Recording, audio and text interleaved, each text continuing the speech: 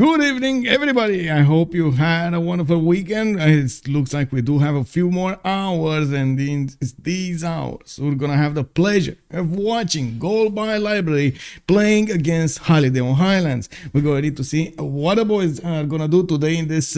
Whoa! Am I actually way too loud? I think I'm way too loud. I think I should be around here somewhere, right? Whoa! I just noticed that. Sorry, guys. Hello there, Musrat, and good evening. I did see also Xipon. Good evening, sir, and welcome. I did also notice Fifi here, but almost you bienvenue. Bino, good evening, sir, and welcome. Hope you're gonna have a good time with me tonight. Descra also, bună seara, domnule, și bine ai venit. Aștept în voice.com când ești gata. Natro, thank you so much for the resub, by the way, 17 months. Woohoo! Good evening, sir, and welcome. I did also see we do have Draconen. Good evening, sir. He was the first one to say something over here in the chat. Thank you so much. And I do want to give a big shout out to Muzdrat for picking up that first promotion. Thank you so much, sir. Medicine 017. Good evening, sir. Let me actually take a look at what's going on. You're here? Okay, let me actually open up the microphone. We went through this. Bună seara. Hello there, sir. Bună seara, hello. Hello. So it looks like you came with a bit of information over here for us. Yeah. They're bringing out the big guns. Okay. Let's see how this goes. We have we have Dragos debuting in his first teamer game probably. Wait, really? He's mostly maining FFAs? Yeah, he's mostly playing FFAs with me and stuff. But I think he played a couple teamers. He played a scrim. I'm really curious to see how he's doing. As you can see, I have like 4 ping to him. So he's also this is incredible. Yeah. It's just down the street, just around the corner. It's over there. Yeah. What do you think of the added maps that we have right now in the map pool choices?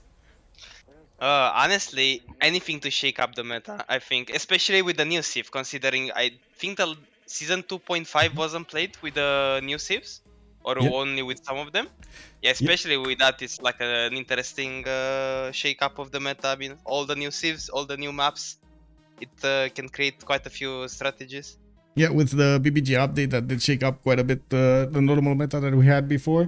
Definitely different choices in the picks now. Especially the Magnus. The Magnus one was detrimental, man. Poor Magnus got gutted. It became more expensive. It is what it is, you gotta pay the price to get the benefits of Magnus now. It is how it is. Anyway, I do want to say that on one side we do have Elaphantguy with Civrider, Seva, and Daoist Rex. Who is Daoist? I guess anyway, we got some new names over here that I haven't seen that much before. I've covered so much of the French community and the games over there. Can't wait to see what season 3 of the CPL Premier League will have for us. Yeah, so I can actually provide some. I think Rex used to play team. He's playing like mostly teamers. And I've never seen him in FFA probably. So yeah, he's mostly a teamers player. Okay. I think this is probably his first Premier League team or like first serious team. Okay, he probably played in some CCCs, I would imagine. I think so. Again, I don't think I've seen him in the last CCC. Maybe he was like somewhere. Okay. There were a lot of players. Yeah, there were way too many players to see everyone. Yeah. And Civrider, well, I guess we all know who Civrider is. One of the OGs. Yeah. Honestly, interesting mix of players here. Yeah, when did he end up on Highlands? Because he went in and out of the Civilization 6 multiplayer scene for quite some time now.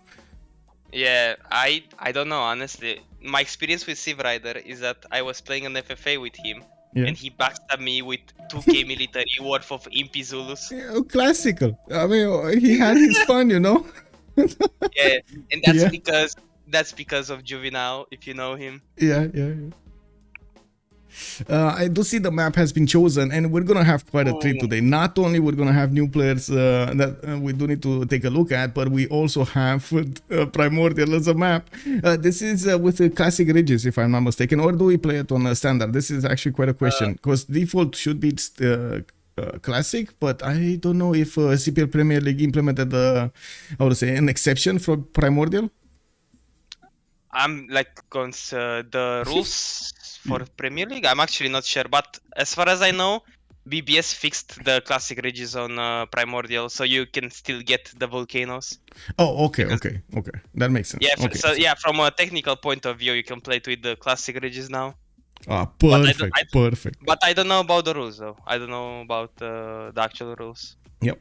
Hello there, sir. Doji Rolex should have CPL custom designed maps that are on rotation. That would be amazing. I do believe there were some experiments being done like 4 or 5 years ago with custom maps, like East versus West type of maps, or something like that, or in the middle, like Capture the Flag and so on. But unfortunately, the players learn extremely quickly how to abuse every little bit of thing from the map. So, okay, it may be a surprise the first time, maybe the second time, but then when they're gonna get to the fourth and the fifth, it's just only one strategy is gonna be played out, and it's a bit I would say lacking diversity. You know, like it's not fun to see the same thing being applied randomly. Generating the maps does give us not only a lot of diversity, but it also keeps the players being challenged with the maps. You always have something to do, something to try to adapt. You can't always put your perfect strategy in place, and one of the things I think, in my opinion, that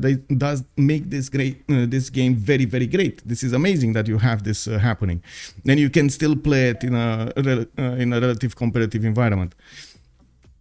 We do have some bans over here. It looks like Spain is going to be taken down. Norway is also going to be taken down. Makes sense from Primordial. This is quite a heavily tilted towards naval map, I would say. For sure. Yeah.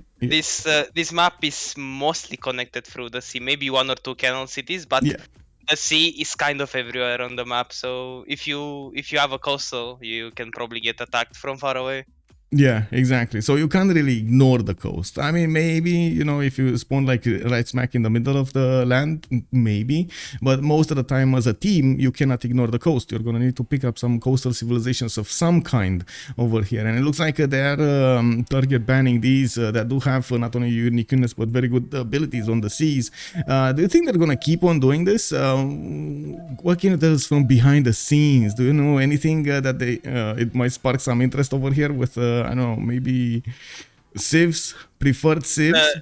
Yeah, so the problem is that not even Dragos himself knew he was playing in a Premier League game. Wait, until what? I told him. Yeah, so Really? he was telling me that he's playing a Teamers in 10 minutes. And I'm thinking a bit. I know he's playing from Holiday on Highlands. So I'm thinking a bit, and I then check to see what the GBL against Hawk game is gonna be. Like what time it's gonna be played, and I see that it's in exactly 10 minutes, and I tell him, dude, you're playing a Premier League game. So if you're asking me about strategies and anything, it's impossible for me to know, because Dragos himself doesn't know. I mean, this is something as an information as well. That means they're actually going to wing this. They're going to try as much as possible to adapt to what's happening, react to what's happening, rather than affect the game in some form or another. I guess we're going to need to see what they're going to end up on. Looks like Japan also has been taken out, Theodora, if I didn't mention it earlier, and Portugal. Joe the Third appears over here. We've seen actually Leech play it this week, and he did quite well actually with Portugal. Those, I mean, yeah, it's quite strong with, if you can get to those texts, you know, to education, to cartography, and have good traders set up. Portugal is amazing, man. It's just pumping stats, pumping currency. Yeah. Especially so on this map, and the unique unit is nothing to scoff at. You know, it's basically a +7 caravel. Yes, and you build them quite fast. We do have also Basil II over here being taken down as the 6th choice in the ban phase, and it looks like now we're gonna need to see the picks. Elaphantguy is, well, I guess dipping his toe in the choice of Dido. We're gonna need to see if he's actually gonna pick it. I'm a bit surprised, honestly, Dido first pick. Like, it's extremely good, especially on this map. He did pick it. He picked it. Look at that. Yes. Be surprised. I guess he wants to surprise everybody, right? this leaves out like Wiki Age of Empire. Yeah, exactly what I was talking about. And another extremely strong naval, and Admiral Control is gonna be heavily favored towards Holiday and Highlands now. Yeah, give me a second over here. So we do have Team 2 that is Holiday on Highlands, right? DavePlays with Dragos, with Schuhmut and Lenileichen, while on the other side, Gold by Library, Seva, Daoist, Civrider and Elaphantguy. They did change quite a bit the roster this season. I do have to say, quite a few new names did get added up on their roster, which is good to see. I mean, especially if you do trust them, that they do well on the most maps, but they haven't played on any other team. Why not? You know? Yes, Let's go. it's always nice to see like an influx of new players. It Mhm. gets stale to watch the same old people. No, it's time for the new You people to gotta join. ride the waves, ride the waves. Oh, I like this. I like this a lot. The This Pedro is pick. gonna be amazing. Yes, this is Oh.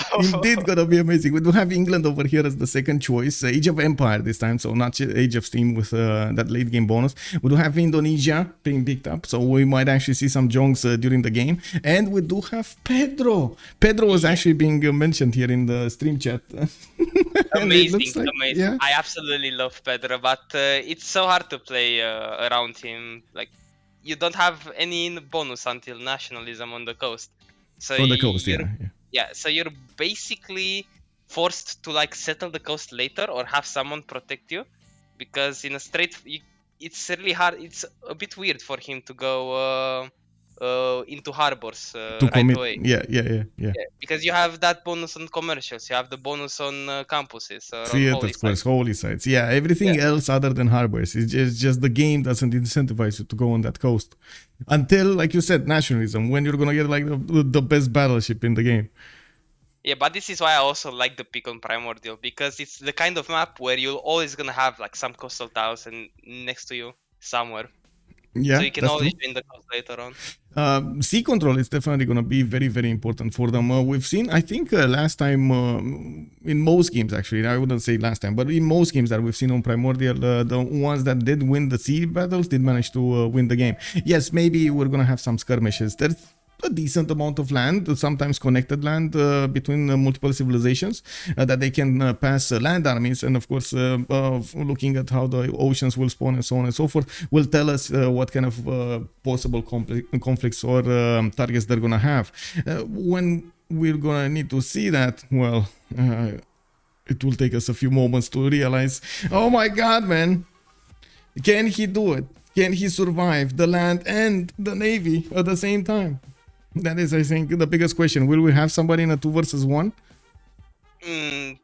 Yeah, I guess the map is gonna play a big effect on this one, a big part on this one. Oh, and we have now some land civs banned. We have a Teddy. Actually, Teddy is fine in both kind of situations.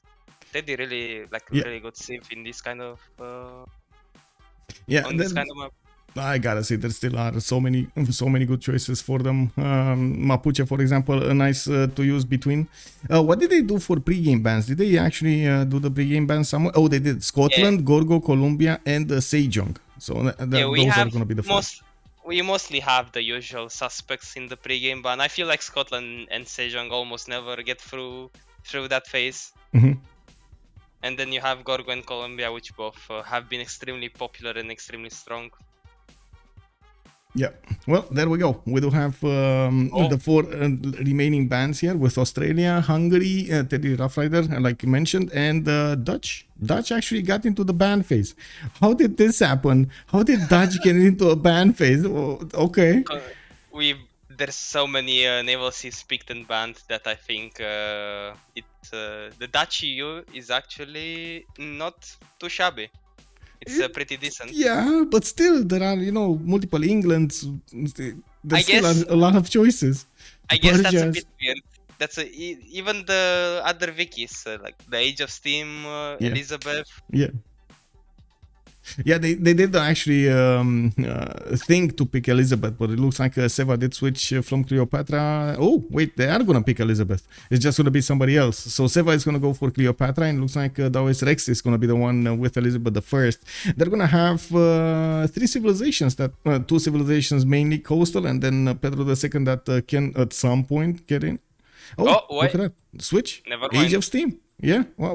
Oh my god. I would really like to see an Elizabeth, not because it's better than Age of Steam, but because if you pillage a naval trade route with a card with that civ, you're gonna get like 1k gold.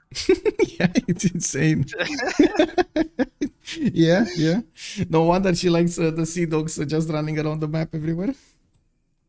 Also, Rafifi, let's see, Pedro isn't really like on CFR because you can't chop everything, but he can be really powerful. I guess they were referring that, well, in most games, people do chop a lot. Now, Pedro II just doesn't prefer that, does he? Yeah, but on Pedro, after the Chicken Itza buff, I feel like he's in a really like decent position. It's just a weird playstyle because you don't chop the jungle, so it gets a bit weird. Mm-hmm. Yeah, but to be honest, the chops on the jungle weren't that valuable to begin with anyway. I guess we're going to need to see what kind of land does he have. A lot of the times I've seen Pedro II, yes, get nice land with multiple like rivers around him and lush rainforest vegetation, but sometimes he just doesn't get it. That's one of the unfortunate side effects of picking Pedro II. You might end up with a very bad spawn. Yeah, that's always the case on civs that depend on terrain features like the DBM on PL. Yeah. You can like your high spawns are extremely are up there, but your low spawns, oof, they are quit worthy. Well, let's actually see what do we have here. Seva is actually going to take the first spot with Dido. They're going to prioritize him getting those admiral points. It looks like DavePlays is going to come up from HOH to get the admiral points on his side on with Guitarja. Dragos CS, Victoria Age of Empire. Okay, we're going to have him debuting with English Nation. Okay, very nice. We do have also Civrider with Elizabeth I.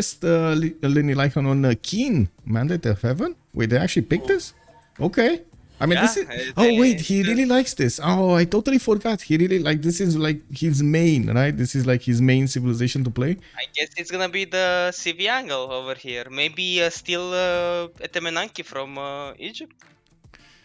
Well, let's see what's going on. Elaphantguy is gonna go for his Pedro II. Well, Elaphantguy is a much more, I would say, sim-prone... player, and well, we're gonna need to see if Pedro II is gonna be on his terms. We do have. I don't think he's like much sim-oriented. I think he's pretty balanced as a player. Like I've seen him doing whatever he needs to do in his position, either be sim or smack. I don't like. I think he's doing fine on both fronts. Oh, don't get me wrong. I think he's doing fine. I just see him with more sim civilizations rather than Scythia. Persia. Oh yeah, the preference. Yeah.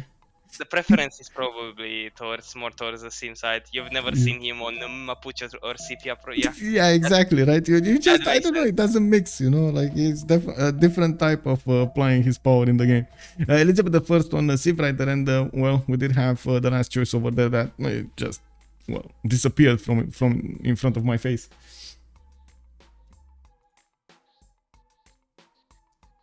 Let's load in. Oh, I do need to put up that remap prediction. Let me actually take a look over here. Start prediction. How many remaps? How many remaps do you think we're gonna have?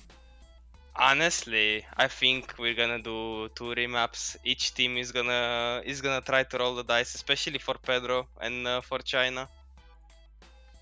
Well, let's see. I've seen also Cleopatra appear more and more in the player's choices, much more than Ptolemaic. And at the beginning, if you remember, like a few months ago, Ptolemaic was the first choice of everybody. It's what is either picked or banned. Well, when you're starting the game with 4 food and 1 culture, most of the times, it's kind of a no-brainer to just pick that civ and instantly be better than 50% of these game civs. Well, let's actually see. We do have China actually first, and unfortunately, of course, Primordial being a coastal map, we do have China on the coast. Not gonna be ideal at all. Looks like he's gonna have some cities here to settle. But he Northwest, has east. Artemis tile, right? He does. Yeah, he does. He does. And extremely good Artemis actually, like very good Artemis. Yep. Etemenanki, not really. I guess he has a march, but I doubt he will do that. Pretty rough though. I don't see Stonehenge though. Yeah, some stone. He doesn't. Oh, maybe here. Yeah. Yeah, I think it's gonna be a second city Stonehenge, which is a bit weird, but. Well, you gotta do what you gotta do. You said, you gotta do what you gotta do.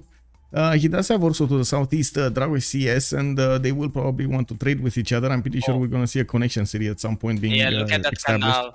Yeah, exactly. It's perfect. It's perfect for him. He doesn't need to worry about going in the north, but moving from the left to the right, it's going to be amazing. Put Reina in and bam, the economy is going to be booming. We don't have that much territory here for China. This is something that worries me. I mean, sure, he does have some land to the north, but that is going to abruptly end when it hits the tundra. Right? You just don't want to go into the tundra if you're not Canada or Russia. Yeah, what I already see is that even though he's coastal and his spawn is a bit weird in terms of space, he's pretty safe. England below, Indonesia to the left. I think he's in a pretty good spot. He's gonna sim. That's what you wanna say. He's gonna be safe. He's not gonna be attacked by anybody. I don't think he's gonna pop a horse until turn 50 at the very least.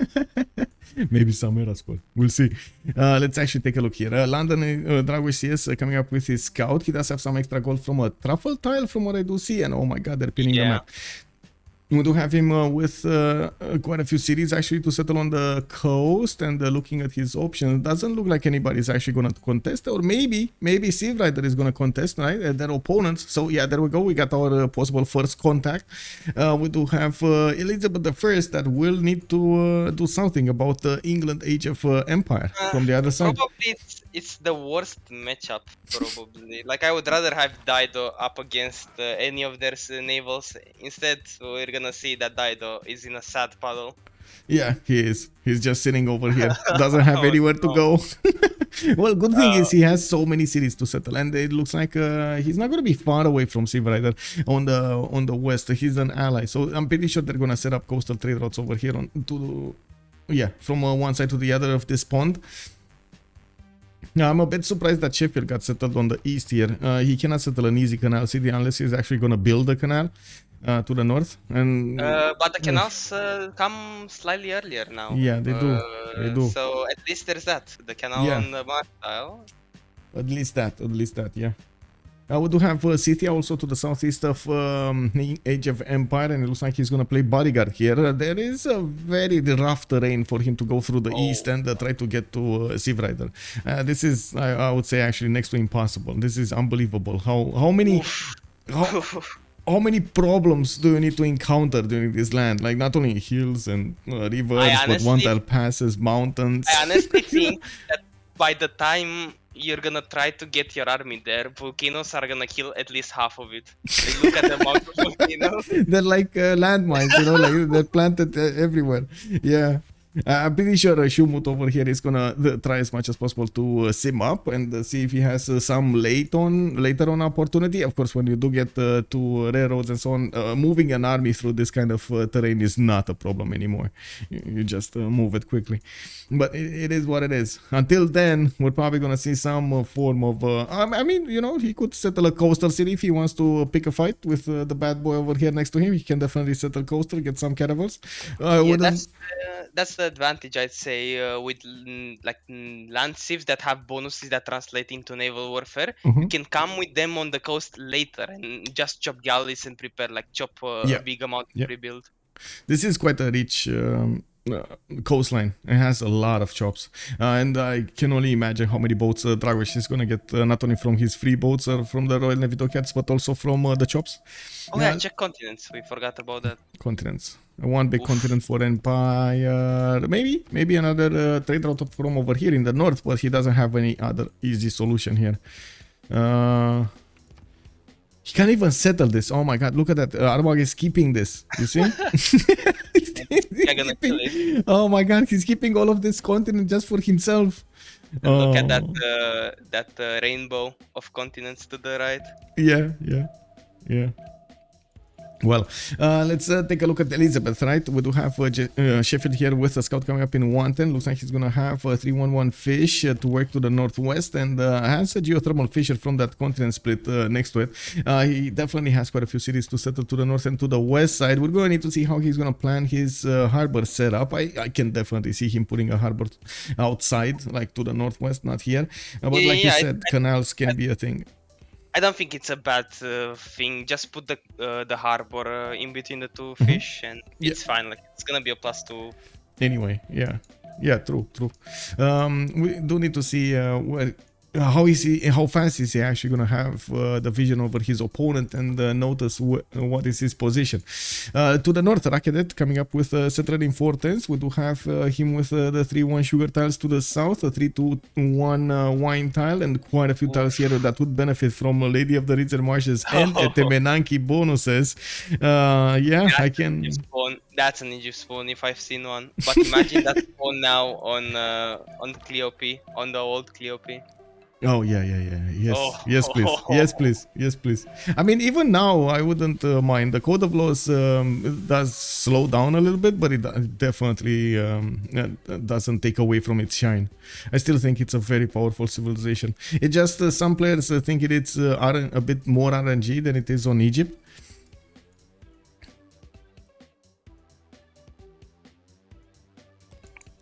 Let's see Brazil. Oh, you see, it's half decent land. Like, look, this is what I was referring to. Look at this land to the north of Brazil over here. Like, how are you gonna use this with the rainforest adjacency when you don't have any rainforest? Yeah, I guess that's. I was talking about the laws of Brazil, and I guess this is a prime example. Yeah, the land itself is pretty fine, but what is the rain? Well, I guess it's below him. He has quite a few rainforests. But it's spawned kind of in the corner on the edge. On the edge of the rainforest. Yeah, usually the rainforest does spawn in the middle of the territory. You see over here, you have like a line, and he literally spawned right on the edge of the rainforest. Oh, wow. Okay, well, I guess he still has quite a few tiles that are amazing when it comes to the theater squares, campuses, or something else. For example, over here, we do have the +4 campus next to the 2 reef tiles. He has a +5 of theater square, holy site, whatever he wants next to Rio de Janeiro. And we do have quite a few cities for him to settle to the southwest and the east side. He's gonna have actually adjacency to Gitarja, and this might not be a good idea for Elaphantguy to come on the east side over here and settle a city, because Indonesia is going to have a much earlier timing with his unique unit to attack into Brazil. This, I guess we're going to need to see how Brazil is going to want to play it. He can definitely try to build up a navy on the north or on the west, and then try to come out with a bigger stick over here against Indonesia. I think that out of all the spawns we've seen, Brazil, in terms of yields and freshwater and stuff, it's probably the best so far. 2-1 dice expand on the lake there, you have the free to banana expand on the river. But if you settle that free to banana expand on the coast, you're gonna be in big problem. Yeah, no, you don't settle on the coast. You settle inland, right? You settle the 2-1. He doesn't know yet. No, and that's the problem. There's no way to find out. He's trying. Look, he's trying. He's expanding his vision as quickly as possible. But one of the side effects of actually having so much hilly terrain and of course rainforest, forest, whatever, it's you barely can move with the scouts. Yeah, look, it's blocked. He won't even be able to go to the other side. Yeah, well, we're gonna need to see. He doesn't. Oh, now he sees. There's no more land for him to go for. It is what it is. Now, I do see him actually going to the south here. Even if he saw the banana and he saw the good spawn that you're talking about, he doesn't want to actually take a chance to put a city on the coast. So he's going to go for the always. Yeah. First settler, I think, always goes. It's mean distance. It has luxury. There's nothing you could ask 3-2 banana also. It's all good. This one is all good. Even with that, I think Hoch still, GBL, still remaps here. Dido is in a puddle. England is. I guess England is fine. Dido with England, I'm pretty sure they're going to generate a lot of. How to say, a lot of gold here. There is a possibility for Sheffield to try to stay away with quite a few cities, to stay away from England, not attack him or not do any kind of conflict on the water. But he's gonna need to somehow protect his capital, so I definitely wouldn't recommend that. I mean, if you come on these kind of maps, you need to take into account that you're gonna get into a naval fight of some kind. Yeah, I think Civrider 100% expects a naval fighter. Yeah. But Dido is just in that puddle over there. Yeah. Oh, bonsoir, monsieur Forerunner. Bienvenue. Yeah, we don't have a remap. This is the map. This is the map that's going to be played. This is it. We're going to have quite a few things to talk about, and I love that. We're going to have some naval action. We're going to have some land possible action. We're going to need to see if Brazil is going to be very, very strong here. If China is going to manage to outsim Brazil, because this is also going to be a challenge between them, right? I'm pretty sure Elaphantguy is going to be... Oh, wait a second. Oh, no, wait. I just noticed. Oh no, it's fine. They're allies. They're on the same team. That's what I was saying in the beginning. Okay, so they're safe over here. No problems for China actually. And Indonesia is gonna have the mantle of defending against any kind of Brazilian boats that are coming out. Yeah, I think this is the problem that GBL couldn't really see.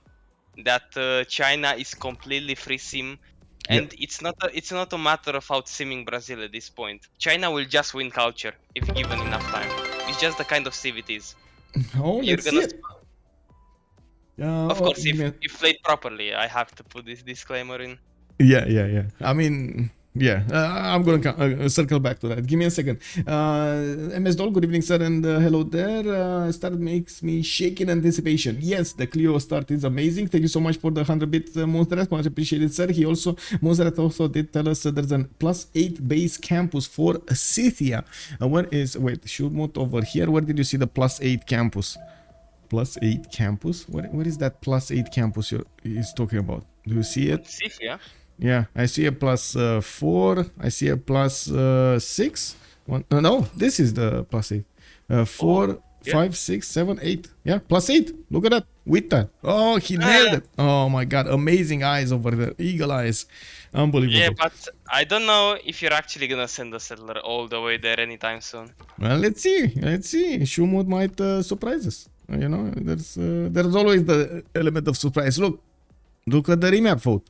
We thought they're gonna remap. They wanted to stay. They saw a little bit differently, and of course we do have all of the information of the map, while they only have parts of the information of the map. They don't know. They didn't know about England. They don't know about Brazil. They don't know about almost all of their opponents. And maybe this was actually a reason to not remap, because they didn't see their opponents.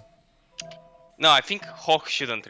Hoch is perfectly fine. They can based on their spawn, they can tell that China is gonna be fine. Because there's basically 2 people left and right that can protect China on the coast. Oh my god, is that? Yes, he's doing it. That's so fast. 7 turns the Temenanki coming out from the city of Rakedet. In that build, they're gonna do what I think he's gonna do. Chop? I don't think he's gonna chop. I really hope he's not gonna chop. Oh, but let me actually take a look at China. Oh, he's not taking it. It's fine. No. There's nobody else taking it. There's the chance though. Like China can deny with the proper setup, but they do. Oh wait, what the? Yeah, forest fire, man. I mean, if he didn't need any more help with +8 campuses and everything like that, he's getting a fire also. Forest fire with the volcano eruption. Oh my god. Anyway, let me actually go through very, very quickly through the spawns and take a look at the strategic resources. Let's see. Xian does have horses over here, already improved to the northwest. Does have access to an iron tile. That's going to be 2 tiles out from Chengdu. Pretty easy to acquire for both resources. Later on, he does have coal over here to the north, so he should be fine with everything else. Niter? Yeah, Niter also. We do have England, Dragos, yes, with iron tile to the left of London, right smack next to the city center. center, and then we do have a horse style that he just improved on that peninsula, and well, he's gonna benefit from both resources quite cheaply. Pokrovka, an iron tile to the east side. I do have to say over here, Scythia doesn't have a lot of pastures, and unfortunately that will tone down the quality of the kurgans that he's gonna get to set. Like, he's gonna get a few of them, but not amazing amount. Honestly, yes. Honestly, when you have those styles, forest fire with volcano eruption, Who cares? you don't need kurgans. Yeah, You don't need anything. Okay. Maybe some earth god or something like that, you know, for that. But yeah, no, I guess we're gonna need to see if Scythia is gonna get it. Or not. That extra faith coming up from the kurgans is actually quite nice to have when you want to buy units, you know, easy peasy. But is it me or did Scythia settler get delayed by the fire? I think. Well, depends. I don't think it got delayed as in totally stopped, but maybe lost the population and didn't work on extra tiles, so the how to say, the timing for the settler changed a little bit, like one turn. Maybe. Yeah, I think so too. I think it's even with the builder, like considering the tiles, it's slightly delayed. Yeah, it might be. Anyway. No, wait. Yeah, it's totally delayed. Yeah, I was watching Dragos also has a builder out, so it's delayed. On Elizabeth the First, we do have Sheffield over here with a settler coming up next turn. Looks like Egypt is coming from the north. Egypt is gonna be the ally of Elizabeth the First, so I'm pretty sure maybe some trade routes will be amazing here between them. You can imagine. Egypt coastal traders are probably the best early GPT you can ever have in this game. Yeah. Maybe not compared to a Maligat spawn. Okay, let's say second best GPT. Oh. But I'd say only a Maldigat spawn can come close to coastal traders from Egypt. Yep. Good morning, Harry Dave. Hello there, sir. Also, Xifi. Hello there, sir. Good evening. Bonsoir. Mustaf is also saying +1 food for each of those forest fire tiles. 3 tiles in capital city are going to be amazing. Yes, they will be. England does have a horse tile to the left side, the second ring out, and I do see his iron tile is going to be third ring out to the northwest. Some reef tiles that are going to give him the extra adjacency and some geothermals towards campuses. I mean, I'm a bit surprised about the position of Manchester. Would have thought he's gonna commit to the coast to the north. I mean, yeah, sure, he can put the harbors down, but I would have thought he's gonna want harbors with as much adjacency as possible. Yeah, but the problem is that Manchester wouldn't have any fish, like any resources to get housing from. I think settling on the lake is perfectly fine in this situation. He has 2 fish, what do I mean? That's a furthering fish. Do you think his team is gonna buy a furthering fish for a housing bonus? No, why not? If you have the gold, why not? Anyway. Oh, and Temenaki is finished. We do have Egypt over here with the Lady of the Reeds and Marshes activated, and he does have 331 sugar tiles to use. No Liang yet. I'm pretty sure he's going to get it a 241 base underneath the capital city, and he's upgrading his horse style. Well, he does have also the city of Ses put down to the southeast, and I'm pretty sure he needs to get another settler here quickly. I'm surprised that he's getting a builder instead of a settler, because he already had one. Oh, this is like 1 charge remaining, and I do see him going for the rice style. Okay, interesting. We do have also Brazil with the first holy sites in the game from Rio de Janeiro and Sao Paulo. These holy sites are going to be actually quite good. +5 or +10 over here next to Geo. Oh, he got Sacred Path, so this basically doubles the adjacency that these holy sites are benefiting from. Well, +10 holy site here and another +10 holy site here. This is the holy Brazil. Yeah. And look what I was talking about. Look at the third settler, like the he's second. Oh, wait, didn't Phoenicia see this? Oh, he did. Yeah. And he's still going.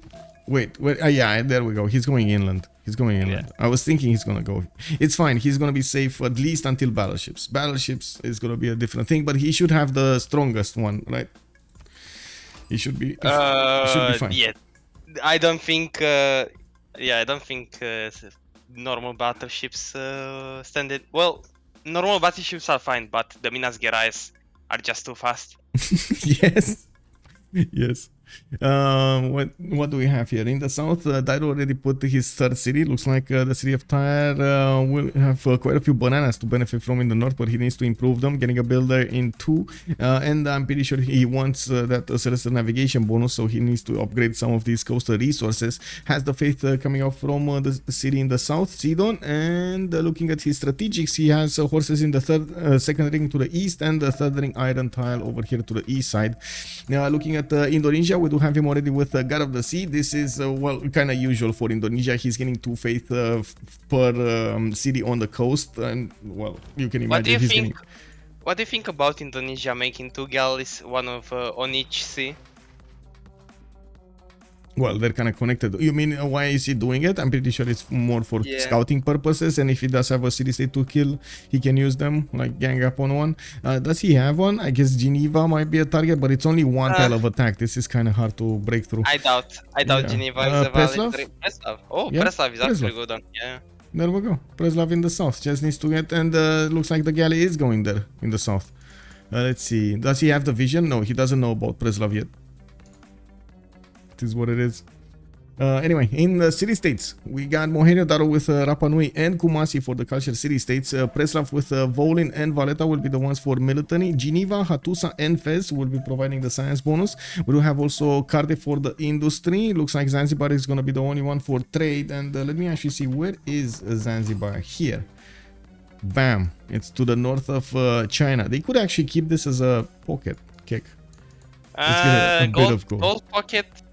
I think, considering it's Zanzibar, I think it's worth it to Suez.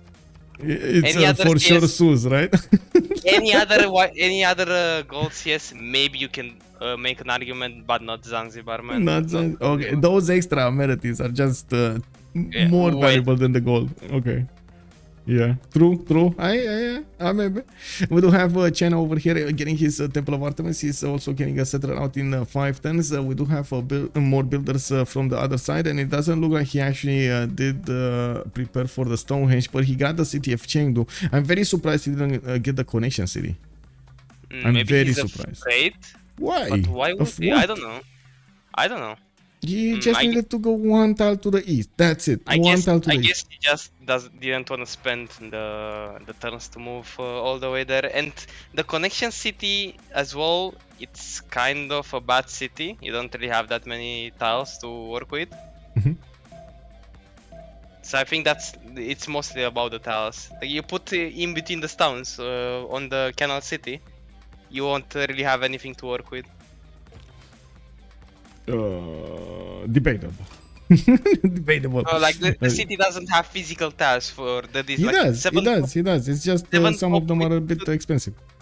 Because you're not gonna work these, right? You're not gonna work this stone tile. It's probably gonna be Xi'ans. While Chengdu, I'm pretty sure it's gonna work these anyway, right? This. Yeah, I think it's a good, like it's okay to do that. I don't think it's not okay. I'm more concerned about the economy, the trade routes that are going to need to be moving through these cities, and getting them into Arena City would be amazing. If you can actually create the pathway, like, you know. We're gonna have to see how they plan to set up the trades here. Yep. Well, we do have a pantheon here, monument to the gods. Looks like Lenileichen is going to want that extra bonus towards building his wonders, and we do have him standing by with a builder here on an iron tile. Looks like more settlers are coming out, and well, he doesn't have a religion yet. I'm actually quite curious if he's going to get his go-to religion, the divine inspiration with sacred places. Now we do need to take a look at Elizabeth I here. Finally, a city actually on the western coast directly. He's getting a bit more bold here. Looks like Scythia is also starting to sniff around Manchester. He found the way into that border, and I do see already traders coming up from Manchester towards Sheffield, but Moksha actually opening in Sheffield, not Magnus over here. Oh, I think it makes sense. Does he know about England? Because look, there's a nice experiment for you. Magnus in one England and Moksha opening on the other England. What do you think is gonna happen here? Well, I think the other England, Civrider, is planning to trade with Egypt, and I think he kind of understands that he's gonna need to get the gold going. And also he can just trade to a CS. I don't really see which one. Maybe Armag, but you need to put the money in. It's kind of a waste. But yeah, I think he's gonna just default to trade with Egypt. While Dragos, he's gonna do what he knows best. He's gonna put that Magnus in. He's gonna get those internals going, and he's gonna grow big. Well, this is the big question, right? Is the economy gonna be sufficient over here on Civrider to justify the fact that he might actually not have enough stats to trade punches with England a little bit later on with his counterpart here, Dragos? This is, I think, what's gonna be boiled down to. They still don't see him. They still did not discover anything from here. I don't think they even see. No, they see. They see. He has a warrior there, Civrider. Well, yeah, but they don't know if it's here. Maybe it's here somewhere, right? They see the loyalty. I think they can figure out, considering the loyalty. You cannot see the loyalty. Oh no, he sees from he sees from Scythia. So you cannot see any. You don't know where England is unless you actually get a boat in the water. You don't know where England is. I think they're suspicious. I think they're gonna be at least suspicious. Like they're gonna be sending scout there anytime. Yeah. Master, hello there, sir. Machiavelli, also good evening, sir. Question over here from Machiavelli. Will Lenileichen be forced to participate in a naval fight, or will he just make gold all game? That's actually a pretty good question. I think a mandate of heaven over here, like Deskra was saying, is actually going to get the mandate of culture victory, and we're going to need to see him do his best at that. He has basically bodyguards on the left and on the right, Indonesia on the left, and England Age of Empire on the right. So they're probably going to pick the fight with their opponent, with his opponents. Yeah. As an answer to that, I think he's gonna do neither. He's gonna just go Civ. Yeah. Also, mutatis. Hello there, sir. What else can you do with Brazil if not religious win? Yeah. Oh my God. Not go religious with Brazil. I mean, not religious victory, right? I hope you didn't say that. Moai culture victory, can't wait to see it. It was tried, it didn't go through. It depends on what you need. Rafif is saying you can open with commercials, for example, if you need the money, then a little better with the rainforest. And never forget one thing: the carnival is a theater square project plus 50% off commercial hub project plus 50% off industrial zone project. It's just insane when you start them. And yes, this is amazing. Those replacement districts of Brazil are insane, the Copacabanas and the other one. Now we do have to take a look also at the other pantheons. Dido here is going to go for goddess of festivals. He's going to get the extra culture from his plantations. Well, he does have a decent amount, I would say. 1, 2, 3, 4, 5, 6, 7. Yeah, that's okay. Actually, I think that's pretty good considering Dido is the kind of civ that will just spam settlers and settlers, especially because he has the land for that. He has the paddle to sail settlers. I think it's a great choice, honestly. Oh, he has olives also on the same continent. So olives with wine, with sugar, and on the same continent. Very nice, very nice. And dyes. So yeah, for luxury resources of plantations here. Nice. Indonesia is actually starting to get next to Phoenicia here. Okay. Well, Phoenicia is going to only be able to do something on land against Indonesia, and I don't really see it the beginning of the game happening. We're going to need to see if Seva is going to want to get a few horses to try to punish his opponent. I doubt it, but maybe. We do have Indonesia getting, of course, his starboard down, and well, he did scout the coast. He did his job to see what's going on from Brazil. I'm pretty sure he sees the borders. He doesn't see exactly he doesn't see the city center, but he does see the borders. I think he has an idea of what's going on. Yeah. But I don't see any canal tiles on Brazil until much later. Yeah. So I guess he's gonna be safe for quite a while from the Minas threat. Civrider is stealing the good land with a +8 campus. Wait, he is? Oh, wait. Schuhmut coming up with another settler. Wait, this one? No. Or maybe? No. Is he gonna do it? No, I don't think so. I don't think he's gonna send the city through the water there to the south. He could disembark it and send it, but I don't think he has any incentive to do that. Yeah, we I do have some wouldn't. boats. I Yeah, wouldn't. yeah, I would yeah, never do that. yeah. I wouldn't do that either. But I mean, he could. He could. There's definitely a possibility. We do Maybe have much later. we do have a fourth city coming out from Sheffield, and it looks like the settler is going to the east. I wouldn't be surprised if he's going to want to settle towards Phoenicia, but it looks like he is going to go for the north for the freshwater settle over here. He's actually going to try to go for more cities, less cities, but bigger cities rather than more cities count over here. And well, trying to get the best quality tiles and resources for the cities. And we do have also England managing to get his resources improved. I do see a crab and a fish tile for the celestial navigation boost. He got that. And on the west side, when he's gonna get the boat out, he's gonna start discovering how the coast looks like. Look, he the said, hurricane. yeah, he's finding it. He's finding him. Okay. But look, the hurricane damaged the galley. It did. No. It did. Bad galley. Oh, and look at that. Schuhmut is actually gonna put a city on the coast. Okay, that's what I like. I like yes. to see. Like you play War Sim and you need to have impact when like wherever you can. I know, right? Like it feels so bad. You get Zulu, and you have all of those army men, but you can't actually attack into your opponent because he's coastal. What is this? Scythia, but Scythia enjoys coastal warfare as much as land, I think. Yeah, I agree. I agree with that also. And he also has a pretty good tile to start with. A humble 2 for volcano tile.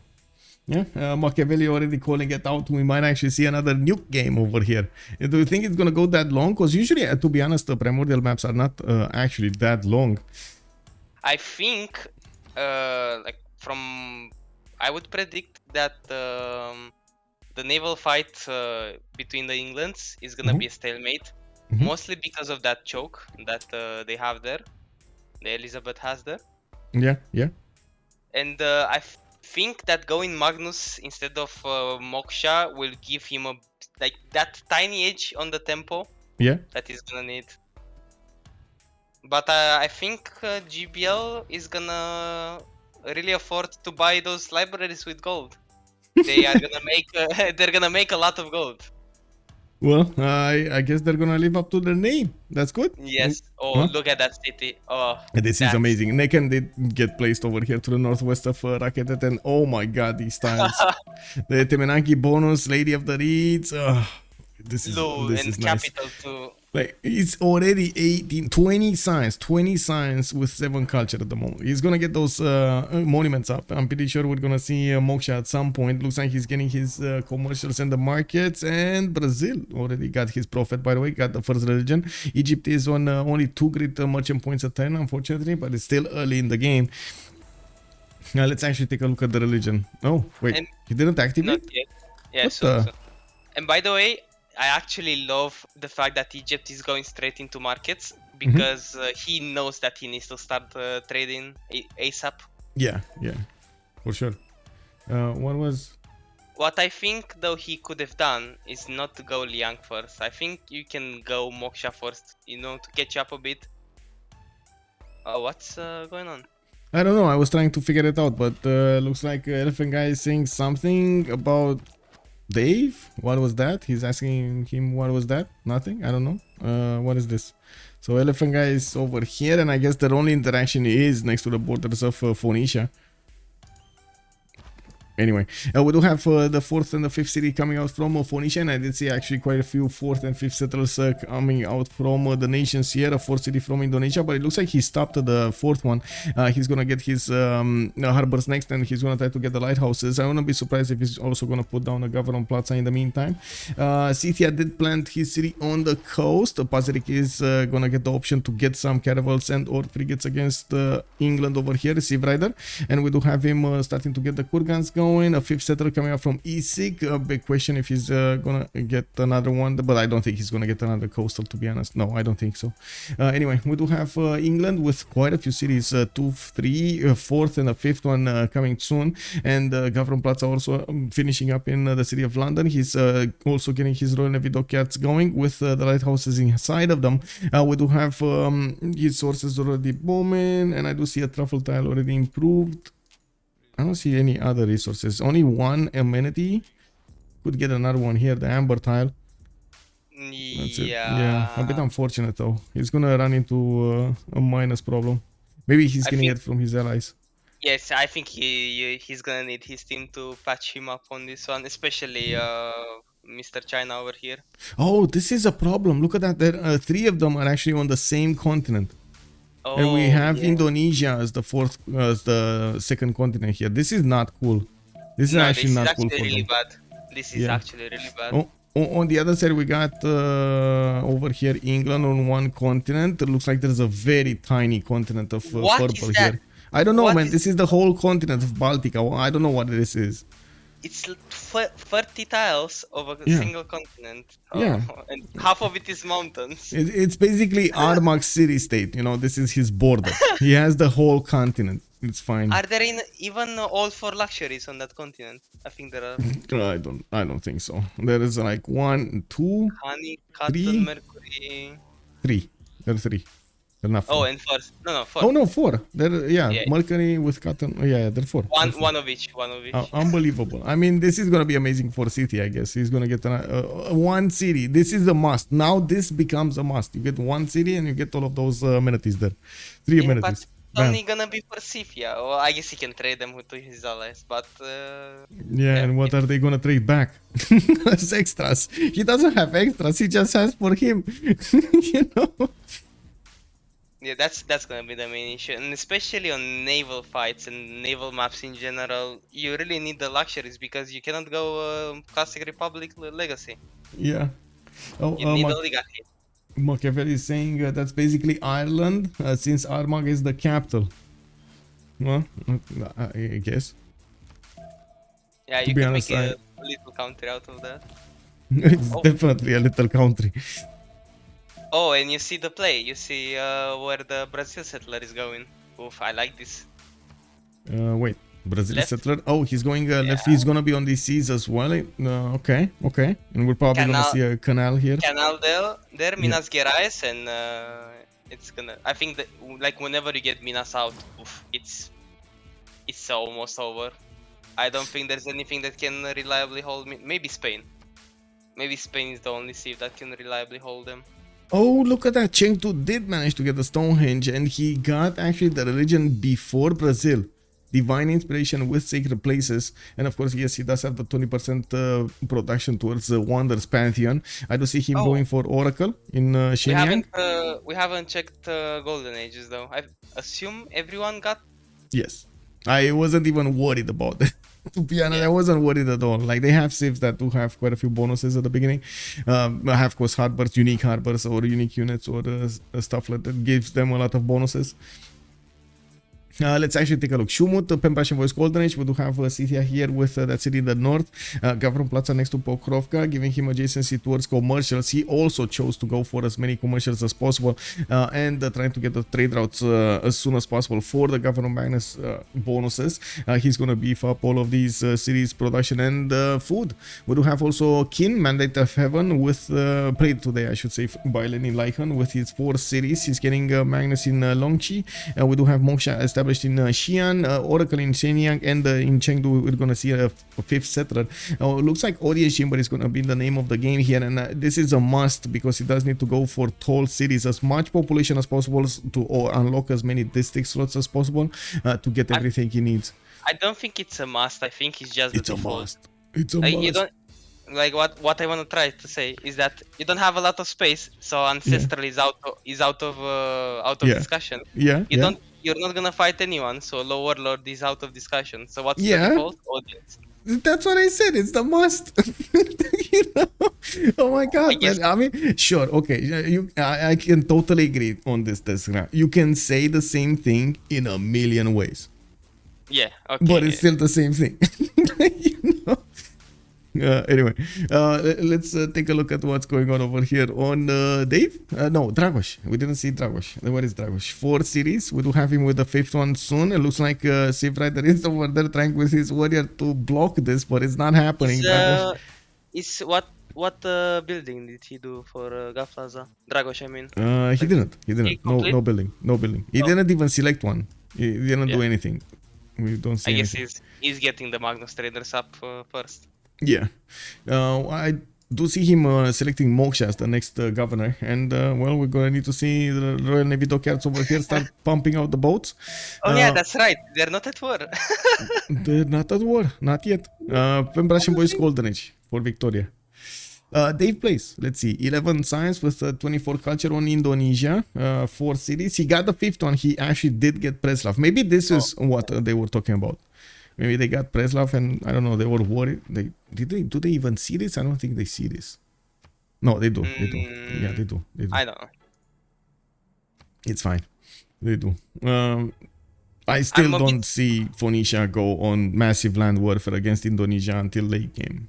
Yeah, I'm a bit surprised though that we don't see any free inquiries on the like in the middle of the map with the England. Nobody's rushing the science. Everybody's keeping it low. Yeah, but I mean, we do have some amazing campuses here and there. That is something that we're going to need to take a look at. But I do want to take a look at, like you said, the Golden Ages, and then we're going to circle back. DavePlays, Pembrasian Boys Golden Age, and we do have Pingala establishing in the city of Moksha in the capital city. We do have Indonesia here with Palembang, Pingala establishing in Palembang and getting his trade routes going. The Audience Chamber is also going to be the name of the game. I'm actually a bit surprised about the Audience Chamber choice here. Because he definitely had quite a few cities to keep on settling and quite a few islands as well. Honestly, I'm a bit more surprised about not going Magnus here. Like Indonesia doesn't have anyone to trade. Like he's mostly alone for the first half of the game. Like by the time you get range to be able to trade to China, it's gonna be. I think Magnus works here. No, I also think Magnus works here. Like where is he gonna send that trade route that he's making in the city on the bottom? That's a good question. Well, he has some city-states, Geneva, for example. Can he? I'm pretty sure he cannot reach China. This is no, they do not see too far. I'm pretty sure Geneva is hidden, and they won't find it. Oh, never mind. Do. But there's a tile that blocks it from trading. Oh no! Lol. It is what it is. Preslav is insanely good. Let's see. Yeah, it's a pretty good city. Already got his horses improved. He's getting the harbors out. It's going to be fine. I'm pretty sure we're going to see also campuses coming out soon from Indonesia. Usually Indonesia has a very, very strong Pembrasian Boys Golden Age with coupling with the campuses and of course the Pembrasian Boys. Now we do have Civrider also with 15 science and 27 culture. 4 cities over here. England is going to need to fight the other England and Scythia at the same time. Not going to be an easy fight at all. I'm actually quite curious what Scythia's makeup of units will be, if he wants to prioritize going for caravels, if he wants to be the one with frigates and so on. It's gonna be interesting. I think Hoch is on a timer on this naval warfare because of the Minas. Like the moment Minas hit the water, I don't know. Yeah, that's a problem. That is a problem. It's gonna be a huge problem. And especially pushing through that 2-tile long, 1-tile choke above Manchester. I don't see how you do that, honestly. Yeah. Rafiki is asking us who took fire guards. I don't think anybody took fire guards. I didn't see it yet. I think the only 2 people who would justify that would be Brazil and China, and they both took something else. Yeah. Maybe even Scythia here between the mountain. He has so many volcanoes starting to explode, but I guess he just didn't care about the phase generation. Yeah, I think he would have done it if he had better kurgans, but considering he has like 1 or 2 sad kurgans here and there, he just picked a safer choice. Well, we do have him actually going through the mountains, and he is going to try to settle that honey tile. Not bad. At least he's going to get an extra amenity. The land is quite improved by the volcanic soil. Yeah, he needs those amenities. The exclusive continent. Pembrasian Boys Golden Age for Civrider, getting a few more galleys out in the water and getting the traders trained. I do see Audience Chamber is also going to be his choice in Sheffield, and he did put down a +5 campus over here next to that Governor Plaza and the reef tiles and the geo. This is nice. Yeah. Very, very good. This should be from Manchester, right? Isn't it? Yeah, this is from Manchester. Yeah. Okay. Yeah, it's the first internal you do. No, the campus, I mean, the tile. Oh, the campus. Yeah, it's from Manchester. Yeah, I think so. Yeah, because the Gov Plaza is probably in Sheffield. Yeah, this is it was a bit of a switcheroo over here to get the tiles. Interesting. But Well, anyway. completely fine. I'm actually a fan of putting Gap Plaza furthering so you can keep more tiles to your capital. Yeah, and he's gonna have a very good campus next to Sheffield also with the help of the geothermals and the extra district adjacency. It's gonna be very good. Very good. Such a good setup. Such a good setup. Looking at Brazil, we do have him settling Shripada. By the looks of it, he's going to get some faith from those tiles. He also has Harbor getting in Salvador de Bahia. And I do see him actually going for Magnus in that city center and not going for Reina. We do have the two traders already starting to connect with Civrider. Yeah, I think you know very well what that Magnus is going to do there. He's going to be chopping quads. Everything. He's gonna be chopping everything. That's what he's gonna do. A good decent amount of cities. And I do have to say, you know, initially when I looked at Civrider's waypoint on this Portsmouth settler, I remember I was saying that he will go for the river.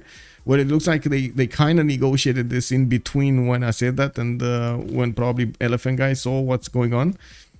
Yeah, I probably would have been a bit mad in Civrider's place to negotiate that, but semi-min distance city next to you, right?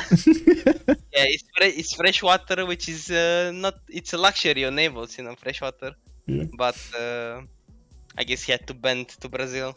Yeah, definitely going to be a few libraries bought with gold this game. Yeah, I would imagine. They're already, like, look at Daoist race here with 78 gold at 10, Seva's 29, Elaphantguy 44, and Civrider is 57. They barely got their trade routes out. Even the guy who's going religion has more GPT than any of the enemy team combined. And this is one of the problems of Hoch that they're gonna have to overcome. The fact that they don't really have trader setup. And this is like what you were saying, Michael, with the China not putting the canal city. Yep. This is, well, I guess he's gonna get another city. But again, on the other side, oh my god, no. Petra City, anyone? What are they gonna trade with? I guess they're gonna figure it out when they actually need to cross the bridge, you know, when they start thinking of who's gonna trade with whom. They're gonna notice that, oh wait, we could have actually optimized this a little bit here, a little bit there, and oh my god, so much more gold. Oh, he's chopping a deer. Oh dear. He's chopping everything, man. Look at this guy. He's actually, I mean, he does have a challenge with a few tiles over here in his cities. Like, that's like, he needs so many wonders, he needs so many theater squares, he needs so many other districts, like, you know, industrial zones, campuses, and so on to get everything he needs, that the tiles are just gonna disappear. I haven't seen this Civ in such a long time in a competitive like game. Yeah, that true. I forgot how many tiles you actually need on this Civ. I think the last time I saw it was still on Lenny. He really likes it. I mean, I can't blame him. You know, it's fine. You want to main something, just do it. You like it, but just don't see anybody else doing it. Yeah, it's, you know, it's like, I guess it's not really a strong Civ, but you can make it work in the right hands with the right spawn. Yep. Well, we did not need to take a look at Cleopatra here with his Pembrasian voice golden age. Looks like no other, so not even, oh wait, sorry. Pedro II Monumentality, totally jumped over him. He's on 48 faith a turn. He does have 15 science with 19 culture. I do see him putting down the first campus here in Guarulhos. That's going to be a +5 campus. We do have Odin Shimber as a choice in Rio de Janeiro, Scafron Plaza, and the first street carnival got put down here. Oh, a second one in Sao Paulo. Can you check the admirals? Brazil just got an admiral. I think we should look at great people for a second. Sure. Do have quite a few of them actually having the points to get them. 4 of them have the points to actually recruit the next one. What was the previous admiral? No, 3 of them. Artemisia. They picked Artemisia and Gaius Dulius, so they do have 2 more here. Fleet on Dido. That's Themistocles.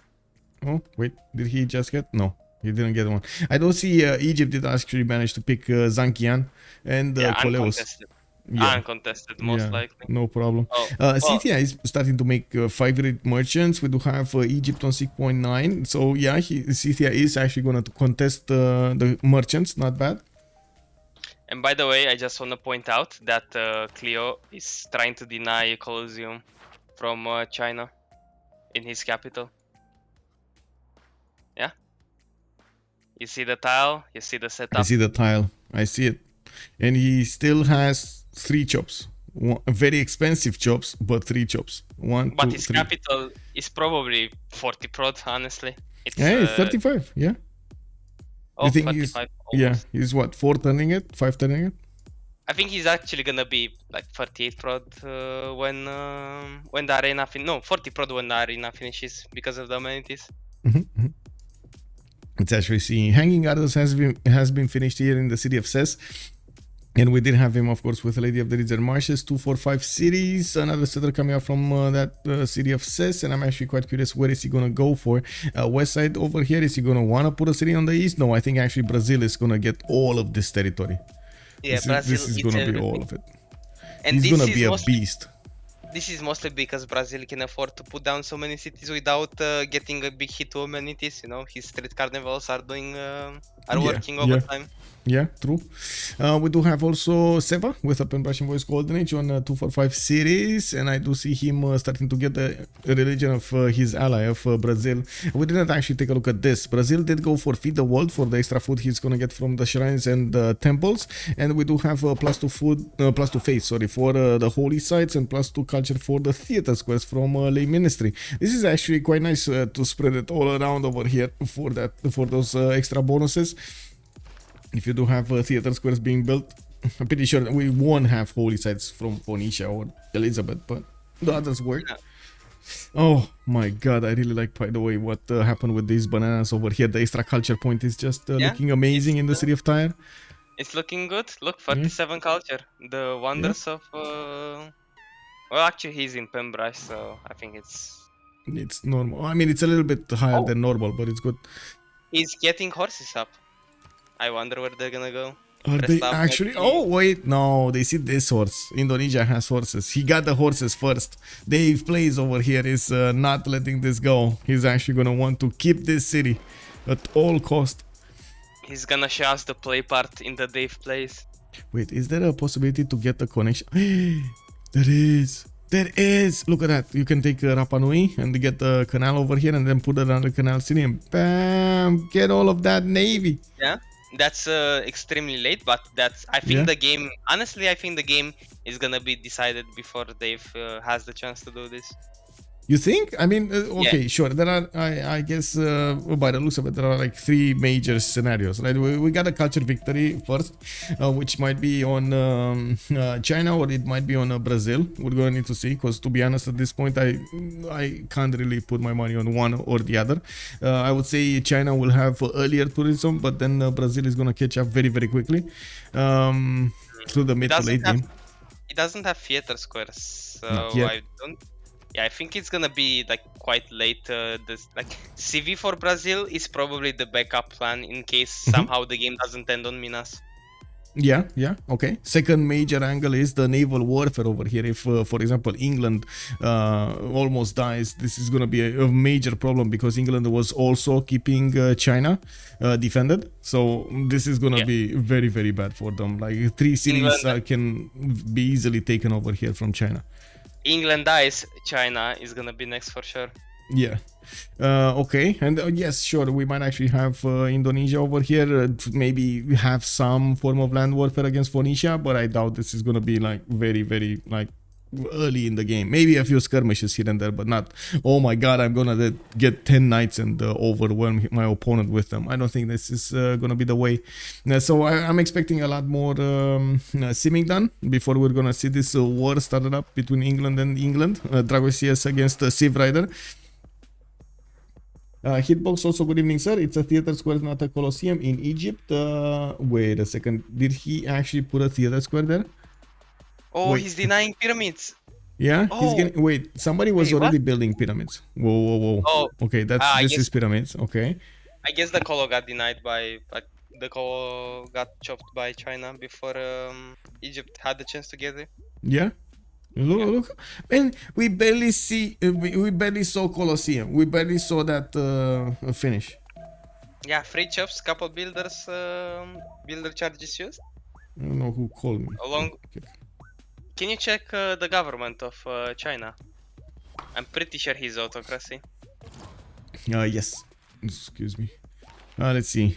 He's in Classical Republic for that extra amenity and the housing. We do have him with settlers and core V, and for the 15% protection towards wonders, and of course veterancy for the faster harbors. And the Pantheon too, for yeah. wonders. Yeah. He's chopping Colosseum in no time with 45% bonus. Yeah. We do have Jebel Barkar actually switch because China did lose pyramids. It looks like Raketet over there one turned them, two turned them. I don't know, but it was very fast in that city center. He also placed a theater square on the only one tile that he could have gotten Colosseum. No more Colosseum option here for Daoist Rex. It is what it is.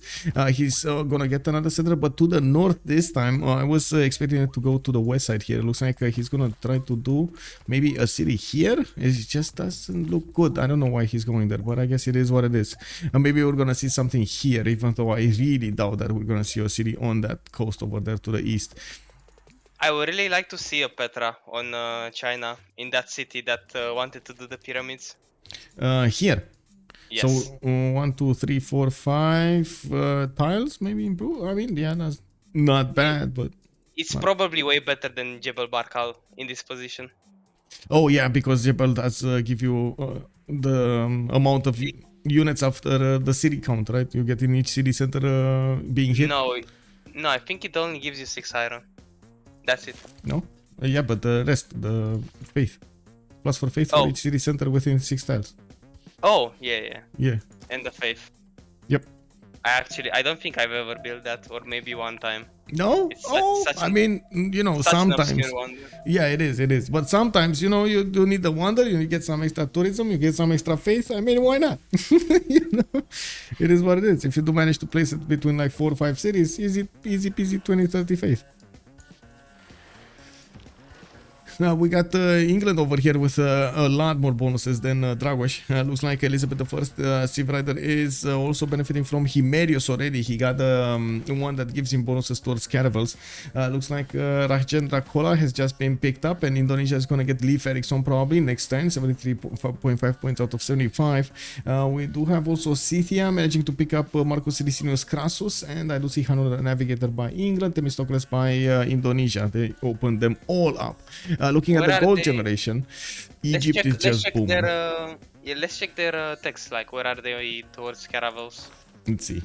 We got Dido, very far behind. We got quite a few of them on the shipbuilding, mathematics, construction, timing, and then 2 of them are actually quite far ahead, Schuhmut and Dragos. Actually, this is Scythia and England Age of Empire, right? So they're both on buttress. Let's see. Yes. Yeah, so no, they're on the mathematics, not buttress. Oh, mathematics. Okay. Yeah. No, but they have completed buttress, I think. Or they're discovering one technology from here. This is what it tells me. I don't know which one, but they're discovering something from here. I think it's either. But why does it say? Wait, why does it say it's mathematics when I clearly see it? It's getting opened up, and you can see over here it's right smack in the middle. What is this? Technology. Maybe they went straight buttress and skipped mathematics for now. No, they're doing it. Look, Schuhmut, mathematics. They're doing it. I don't know. I think it's a visual bug over there because it should have been. That screen only tells like the most advanced tech that they have. So yeah. Well, yeah. Oh, yeah, I know, but I guess they already have apprenticeship, both of them, or something. I don't think they went that would be very greedy. We can see it immediately, right on one of the mines, if they have any mine. Oh yeah, there we go. Yeah, one for mine. Scythia is fine, but what about Dragos? Does he have a mine? Oh, I guess he doesn't have a...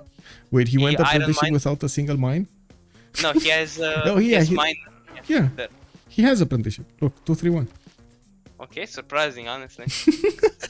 God of War and Plunder coming up here on England. We do have Dragos starting to get the builder so he can chop all of his land here. Has so many chops, by the way, to go for. Pingala establishing in the city of Liverpool. And we do have England here with 32 science and 46 culture. 52 gold a turn. He's going to need to go against Elizabeth I, which already has the lead in science with 51 versus his 32 and 45 culture. Now, Schuhmut is also going to be quite behind on 27 and 33. And it looks like Civrider will get to cartography in 4 turns, while Dragos and Schuhmut are barely learning how to boat. I think this is a big mistake to do apprenticeship for Dragos here. He Yes. needed to go, especially because Civrider has better campuses. You need to go straight to caravels. Like don't Yeah, even you're think already about. behind. Why are you slowing down more? You know? Yeah, this is gonna be rough, especially because you don't have that much gold. Like your number of pre-builds is gonna be probably half compared to the enemy team. Like, you just look at the GPT difference. Yeah, the GPT is insane, by the way. Star Spanky, bună seara, domnule, și bine ai venit. And look at that, we got a fellow Romanian over here. He's Oh, an hello. amazing fan over there. I think he's actually from Bucharest, but I never met him. Star Spanky over here has been showing up a lot of my streams. Thank you, sir. I do want to also say the economy is amazing here. And follow... Oh, I remember what I wanted to say about Star Spanky. This is not a Punisher t-shirt. I don't know what it is, but it's basically like a face being drawn with black and gray or something. Anyway, we do have also already Egypt on 87 science and 57 culture. Looks like he also has 158 gold a turn. He's beefing up his allies here with the economy. Already Seva 36, Elaphantguy on 54, and Civrider is going for 98. Looks like also Brazil did commit to a lot of these holy sites and harbors immediately after. Looks he's getting a lot of them actually. Theater squares already starting to come out, and look how fast he's actually getting these. He got street carnivores and getting so much adjacency towards these theater squares is gonna jump Elaphantguy's culture considerably. Sorry? So the adjacency, so the first theater square should be like 2, 4, 5, yeah, 5, and the second one is gonna be 5 as well. 6. Oh, 6? Wait. Yeah. Oh, because the rainforest. Yeah, he has one rainforest. And when that finishes, the other theater is gonna also be 6. Yeah, he has another +3 over here. This is, I guess he this could have been a little bit better, I would say. Yeah, a little bit better. There's like a skill gap, like a skill cap with Brazil, you know, to be able to plan your street carnivals, to clump them up with your theater squares. It's so hard to do because you need to navigate around the jungle and plan so much. And especially in a Timor context, it's not easy. Like, it's honestly not easy. It's exactly like Nubia, right? You want to play with the pyramids, but then the pyramids need to play around your districts, and everything from your setup will be changed because of those freaking pyramids. Honestly, with Nubia, I don't care about pyramids. You don't care. I mean, you don't care, but that's 40% of the district, bro. No. I just put a pyramid next to my city center and call it a day. Like, I don't care about you don't care about the adjacency. I don't care about the adjacency. Like, if it gets some random gold from a commercial, it's fine. I don't care. I see. Yeah. I mean, I guess I'm a sucker for yields, you know? Like, whenever I see those amazing yields, I'm like, oh my god, yes, more ties like this, please. Yes, but they look, you know, a good pyramid, like a good Nubia pyramid looks absolutely awesome. The whole rainbow of stats, but probably not the best idea to plan your districts around the pyramid. That's what I'm saying. A lot of the times that's what's happening, right? You wanna use those that extra. And to be honest, I've seen actually players managing to get some early timings, like maybe night or something like that, with the use of the pyramid's extra science, even if they didn't have like mountains adjacency and so on for his campuses. Yeah, that's definitely a way to use the pyramids. You know, that 2 extra science next to the campus can really be useful. Yeah. We do have also Astaroth over here, K9. Astaroth, good evening, sir. Dragos is gonna get caraveled by Civrider. Dead! He's dead, I say. Can you check? I mean, bro, he's getting shipbuilding right now. I mean, this is gonna take forever to get back to useful. It's not Scythia. Wait, no, Dragos is getting to... Oh, no. I mean, we already have a guy, Civrider here, which is gonna get the upgrade button in just a little while. He's, I'm pretty sure he's delaying so he can get mercenaries in 4 turns. Yeah, but he's gonna pre-build more, and look at their gold. Like, they can literally upgrade everything.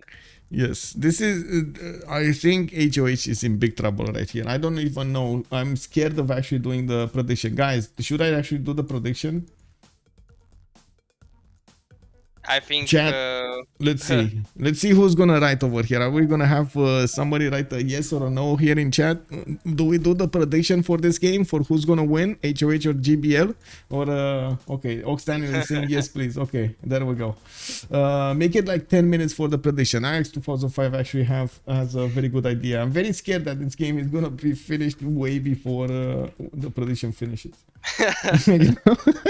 Because usually I put it, I want to give time to the viewers, you know, and I know it takes quite a bit of time to take a look at the players' moves, understand what they're doing. It's hard for us to predict everything also, like caster from the caster point of view. Okay, so let's see. It's 400 worth of pre-builds, and he's getting more. Oh, wait, no, never mind. He's chilling for a while with the Caravel pre-builds. Oh my god, 4 tons butters, bro. And then he needs to get cartography also. He's on 49 science and 52 culture. Civrider is already getting his cartography next turn. He does have 3 more turns until mercenary, so I guess it's gonna take a little bit more time until he upgrades. Already has how many ships? Did you count the ships? No. 2, 4, No. 6, 8, 10, 12, 14, 16, 17 ships. 17 ships. I guess 16 since that one is in quarantine for a while. Yeah, I do think. Wait, did they make a mistake here? What? Shouldn't they had the canal here? They can make it here, on the right? Yeah, Here. they can make it there. Okay. This is gonna be so weird, by the way. This canal is gonna be so weird. Like And they know that Al doesn't have a resource because it was a marsh in the beginning of the game. Yeah. Okay. Oh, he didn't put the camp. Wait a second. He put the campus outside over here. Okay. Sure. I guess he's keeping these tiles for something. We're probably gonna see an industrial zone at some point to the next of Sheffield. I don't think it's gonna be to the left. Like, where do you put Venetian? Or maybe you chop it somewhere else with Magnus. Although Yeah. I don't think this game is gonna see Venetian. I have a feeling. Man, you know how many times on my stream players actually win in the games that I observe? Maybe, you know, I'm pretty sure I don't see all of the games, but you know how many times players that actually build Venetians win? I'd say a pretty high chance. Like No. pretty high percent. No? No? It's 1 out of 10 maybe. Really? Yes, so 1 out of 10 times that I see players building Venetian, they win. 9 out of 10 times they do not. That's a bit interesting. Oh, we see the first upgrades. Yes. You know what happens? Like whenever I see the players going for Venetian, I also see them a little bit laid back. Like they consider they have the production to get a lot of boats very quickly. And then when 20 boats start arriving next to their borders, they don't have both the boats up ready to fight those boats. Yeah, I guess when you're doing Venetian, you're kind of giving up on the pre-builds you could have done with the prod. Yeah, basically. But if you have an engineer, you can, I guess you can maybe work it out. But oof, this is looking extremely rough. Civrider upgrading with mercenaries. Somebody boosted him. Oh my. It was Cleopatra. He got mercenaries. Yeah. So Dragos is gonna get mercenaries. Patras in 110. But already next turn we're gonna see the English Navy being attacked over here. I do see some scouts are getting into the water, and he's getting a lot of boats. I'm pretty sure Dragos realizes that he's definitely gonna fight Elizabeth. Like this. I think he's gonna be fine, but because he delayed it so much, he's gonna be in trouble. Like he's gonna let him get out of the choke, and it's gonna be it's gonna be hard.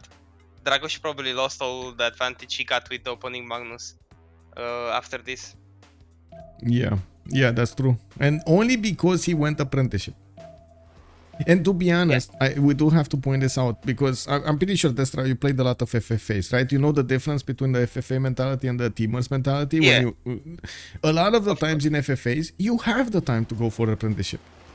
Yeah, of course. Like opening apprenticeship before cartography in FFA is almost given on naval civs because nobody's gonna attack you with caravels because especially in FFA, you cannot kill anybody, like fully kill someone on the sea because they're gonna have an inland city.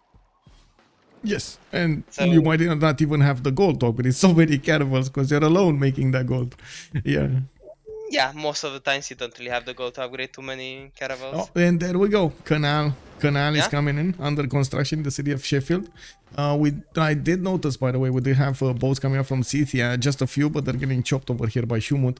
I do want to take a look at the science. Schuhmut did manage to get to 50 science, Dragos 56 science, we got Lenny on 66 and Dave on 55. I'm pretty sure we did have also Lenny securing quite a few of those great writers. Let's actually take a quick pick here. We do have the first great writers already taken. Let's actually see how many did get picked. It's two up, yeah. So two on... One China. One Egypt, 2 China, 2 Egypt, and 1 Brazil. Oh, Brazil. Okay, so they got 3 on GBL and 2 on China. I think it's fine considering China was alone. I think it's a good result. Yeah, true. Okay. Does he have a tourist yet? I think maybe one. I don't, but I doubt. No. Yeah, no. It's too early. We do have China with 56 tourism at the moment, which is a pretty good result actually at 1050. And by the looks of it, not a significant amount of tourism on the other side, in any case. Anyway, commercial hub investment coming up from Egypt. We do have in the great people screen Marco Polo, the next one, and Scythia looks like he might need it with a project. He might need to get it with a project. Looks like he's not doing it. He's not getting the project. He's trying to get Great Bath. They might be actually thinking of how to get the Golden Ages here because we're coming up 3 turns to finish this setup. These are a lot of boats from Dragos. But are they gonna survive the onslaught? Good question. I don't know. Schuhmut 49 out of 56. We got Lenny on 73 out of 58. Looks like Lenny nailed it. Schuhmut still needs 7 points to get there. He did get his Saka horse archer, and I guess he's gonna need that. He probably has a horse somewhere. I do see. Oh, wait, he doesn't have a horse. Oh my god. He needs a horse, he needs a swordsman. I mean, he's getting Great Bath. I think he can just faith by the horse at this point. Yeah. I'm pretty sure. Let me actually see. He's on 15 faith a turn. I'm pretty sure he has enough faith, or he will get enough faith for 1 or 2 units. It's 80 faith, I think, for a horseman. So, actually... Oh, yeah, he's building it. He's building it. He's making it from Pokrovka. Okay, Dragos, let's see, 41 out of 51. Oh, this is going to be another problem here. If he doesn't manage to get his Golden Age and doesn't nail a Dark Age either, this is going to be quite a problem, especially if Elizabeth does manage to make one, but he's not. I do see he's not. He's going Dark. Elizabeth. Yeah, ooh, Dark Age with the Caravel advantage. Yes, this is gonna get worse before it's gonna get better for England. I think there's actually one more question which is extremely important. What's the Golden Hawk looking like? Can they actually upgrade all those galleys when he gets cartography? Yes. Oh, yes, okay. they can. They stacked up the gold. At least they can upgrade. Yeah, and he's not stopping making galleys. He's getting, like, look, another 3 galleys here, 4 galleys. 4 galleys next turn. We do have more scouts also getting in the water, so he can get that extra support bonus. This is, I should say, this is a more and more seen tactic, so you can get that extra damage on the defense. But it's still going to be quite a bit of damage from these English caravels into the boats of England. They can two-shot, right, these galleys. And another thing that's very important, Alex 2005, is making us aware of it, or I should say pointing it out.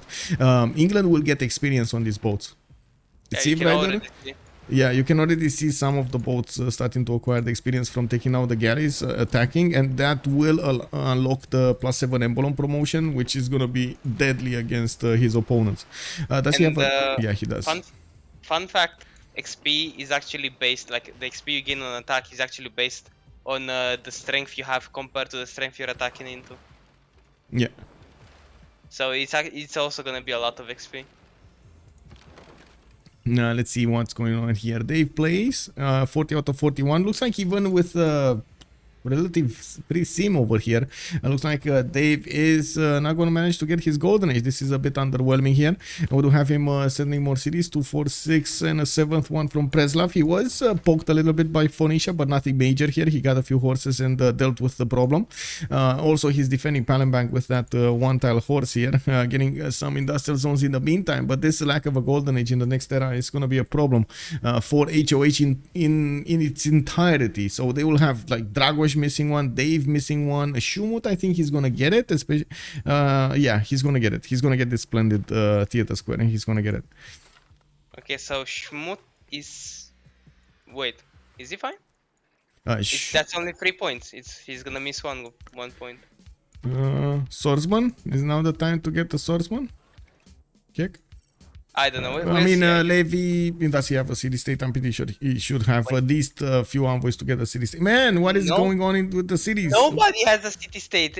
What is going on? Right. Why is everybody putting points in the freaking Zanzibar? I mean, I know it's important, but are you for real? No, it's only Dragos and Rex. The rest probably did quests, but man. Well, yeah, but nobody else in any other city state in the game. Why are they not doing this? Are they? Okay, there we go. Zanzibar got taken over by the... No, sorry. It's Zanzibar. They're still fighting for Zanzibar. Like, hello, Erascore? Hello? You know, bonuses? Like, what is going on? Do they have envoys at least in Geneva?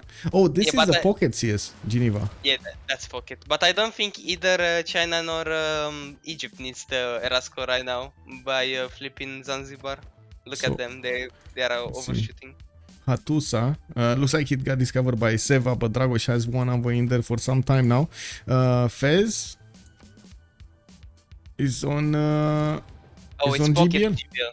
Yeah, easy GPL pocket, easy. Yeah. Huh, okay, interesting. Anyway, Erascore, Civrider is still 10 points off from getting his golden age, has a wave of quadrims that are waiting to get into the frigates. Looks like also he's working on taking out as many of these galleys that he can find. And well, to be fair to Dragos, he did manage to upgrade quite a few of these caravels. Now he's gonna need to fight these English caravels on the battlefield, and I'm not sure he's gonna like it. Now we do need to see if Scythia is also gonna manage to get to his cartography. Looks like he doesn't have the upgrade button. You know, cartography. He got bronze working, probably for golden. 55 out of 56. No, that's not gonna work for golden.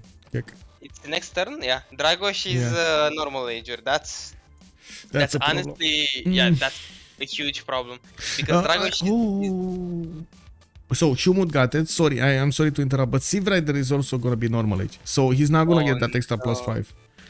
I guess the naval is a disaster overall. Yeah. Just like X 2005 was pointing out here, Civrider basically failed his Dark Age right here. It is what it is. Would have been so big. The +5 is just... Yeah, sometimes you cannot stop it. Like, even if you don't want to get Erascore in a teamer setup, when somebody finds a wonder or something happens, you know, you're gonna get Erascore. We're not blaming him, obviously. We're just being sad with him. Yeah. Because I'm sure he's also sad and we can share his feeling. Exactly. We can relate over there. Another thing that Civrider has going for himself is the science advantage with the tech advantage. So he also gets to frigates first. Yeah. That's huge. Yes. Yes. I think he might actually win very fast against Dragos here.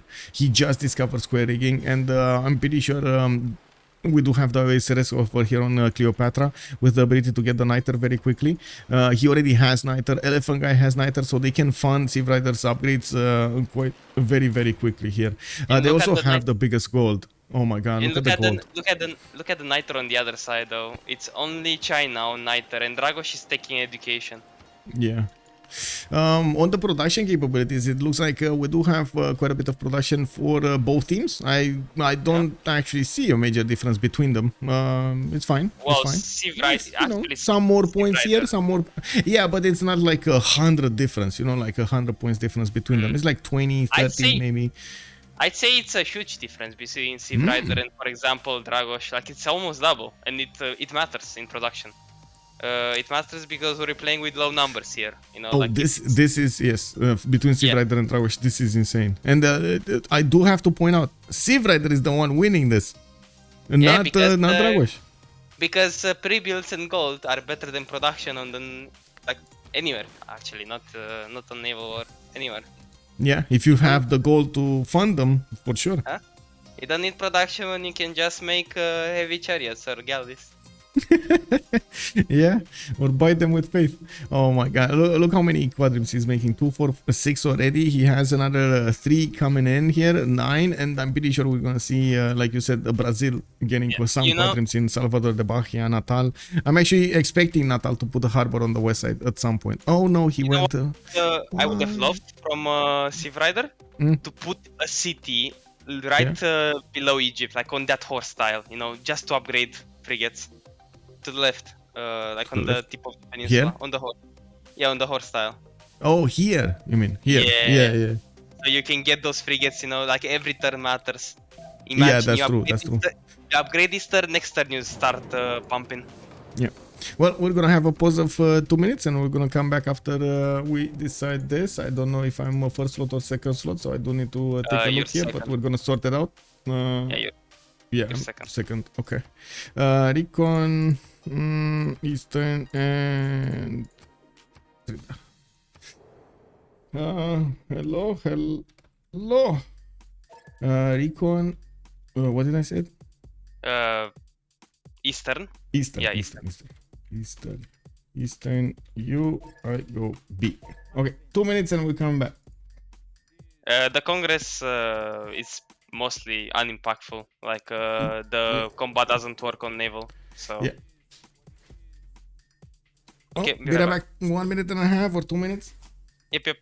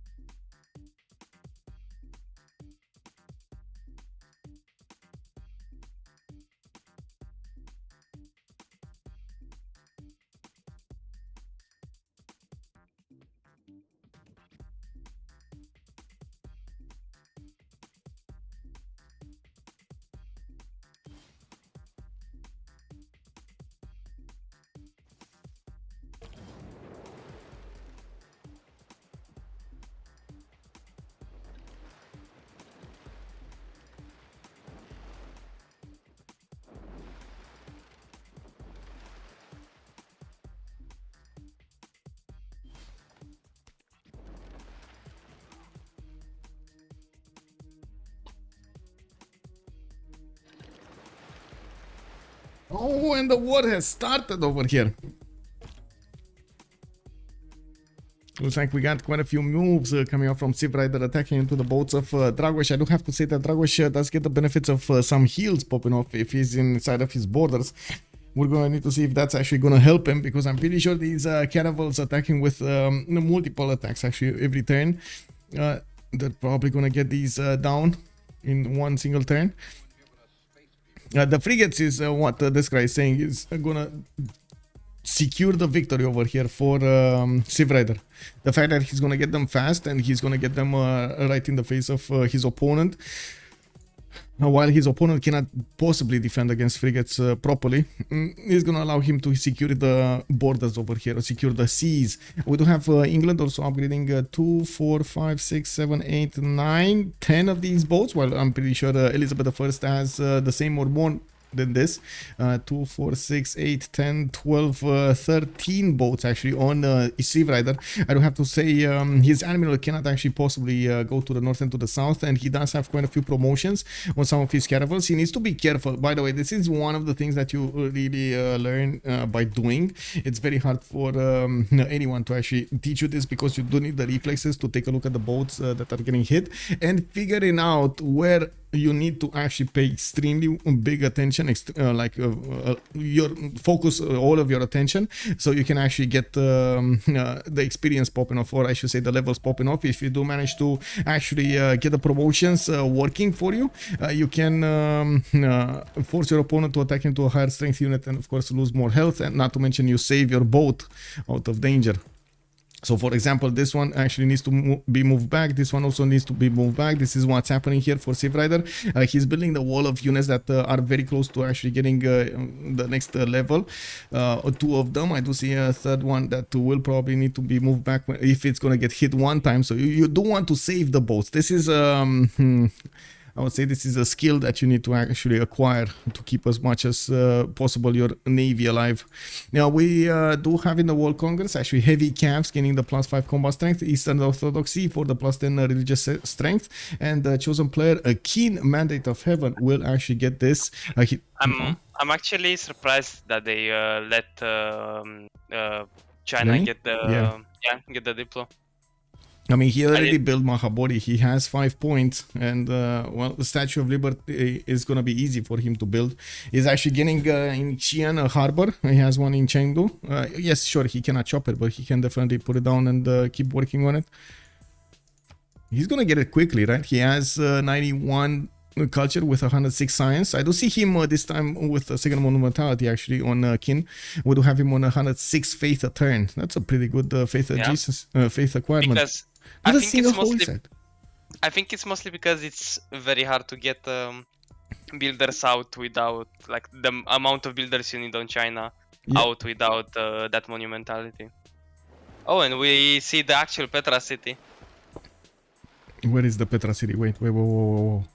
Oh, this one. He's getting it in Handan. Oh, I see. We got a treat for our single player enjoyers here. Yes, please. Yes. Okay, so let's take it from the left to the right to see the bonuses here in the golden. Schuhmut, Pembroke Voice, a second one. He only has 2 galleys over here to the north, and I gotta say Scythia didn't actually get to do what he planned to do. I'm pretty sure this city over here was not only a connection for the trade routes, but also his way of helping out England, Dragos, his ally, handle Elizabeth I. It doesn't look like he could actually help out his ally here that much.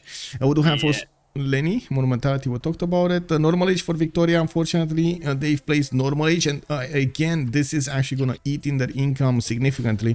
The difference in the goal per turn between the two teams is starting to be a bit too much here. We do have 82 plus 45 plus 94 plus 63 from HOH, and then on the other side, check this out, just the numbers: 114, 127, 281 and 111. Like, not even one of them is under 100.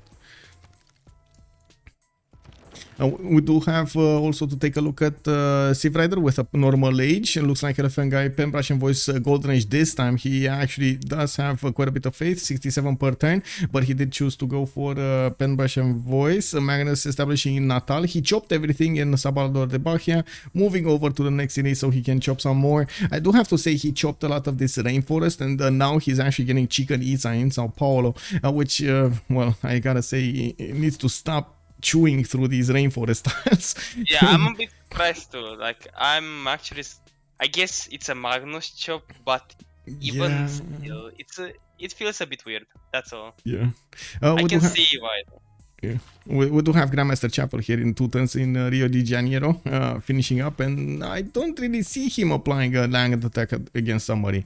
I don't know, maybe I'm not seeing something, but I don't really see him doing anything here. We have Dave bringing some, like, putting some units on in that sea, making sure there's no cheeky Minas play. Yeah. I mean, at this point, I'm actually very curious if Elaphantguy is gonna want to get Minas Gerais, because Elizabeth I already has the advantage over Dragos CS, and them having the advantage over here on the seas kind of takes away Elaphantguy's will, you know, to do this, or need, I should say, not will, need to do this. He doesn't need to do it anymore. He needs to get culture. He needs to put up more defense right on the culture victory screen. He needs to slow down Lenny's tourism acquirement. Yeah, I think 4 or 5 Minas completely open that front, because how do you stop China, you know? 4 or 5 Minas, yes, but look at the frigates already there. Yeah, 2, 4, I 6, think 7, 8, 9, 10, 11. 11 frigates, man. This will double the numbers of boats that he's gonna have against his opponent. While I gotta say the production on Dragos CS is just okay. Sure, it's good. It's 119, but it's not helping him out deal the necessary damage against these caravels. yeah, the problem is that the production actually is looking quite good on Civrider now, like decent compared to Dragos. Yeah, Like he caught he's up catching and up. Yeah. he did the right order, you know. He focused on the stats and the pre-builds first, and he caught up in the production later, which Yeah. is fine because you can upgrade the pre-builds, but you cannot pre-build the after caravels. So I think the only mistake here was taking that extra time to go for apprenticeship. If you would have had the boats to the north of Armagh, keeping as much as possible England contained, it didn't really matter how many boats Civrider made or upgraded, because there were only 2 tiles that you needed to pass through. Yeah, but again, we're getting into the Minas Gerais problem. Here, At that time, at that time he would have been broken. Here at Dragos, you know, as Dragos, you don't need to hold England off. You kind of need to push in. Because if those minas get into the water, you're not holding that choke. Like 2 minas. I don't think he knows. I don't think he knows about this. Check this out. Let's see.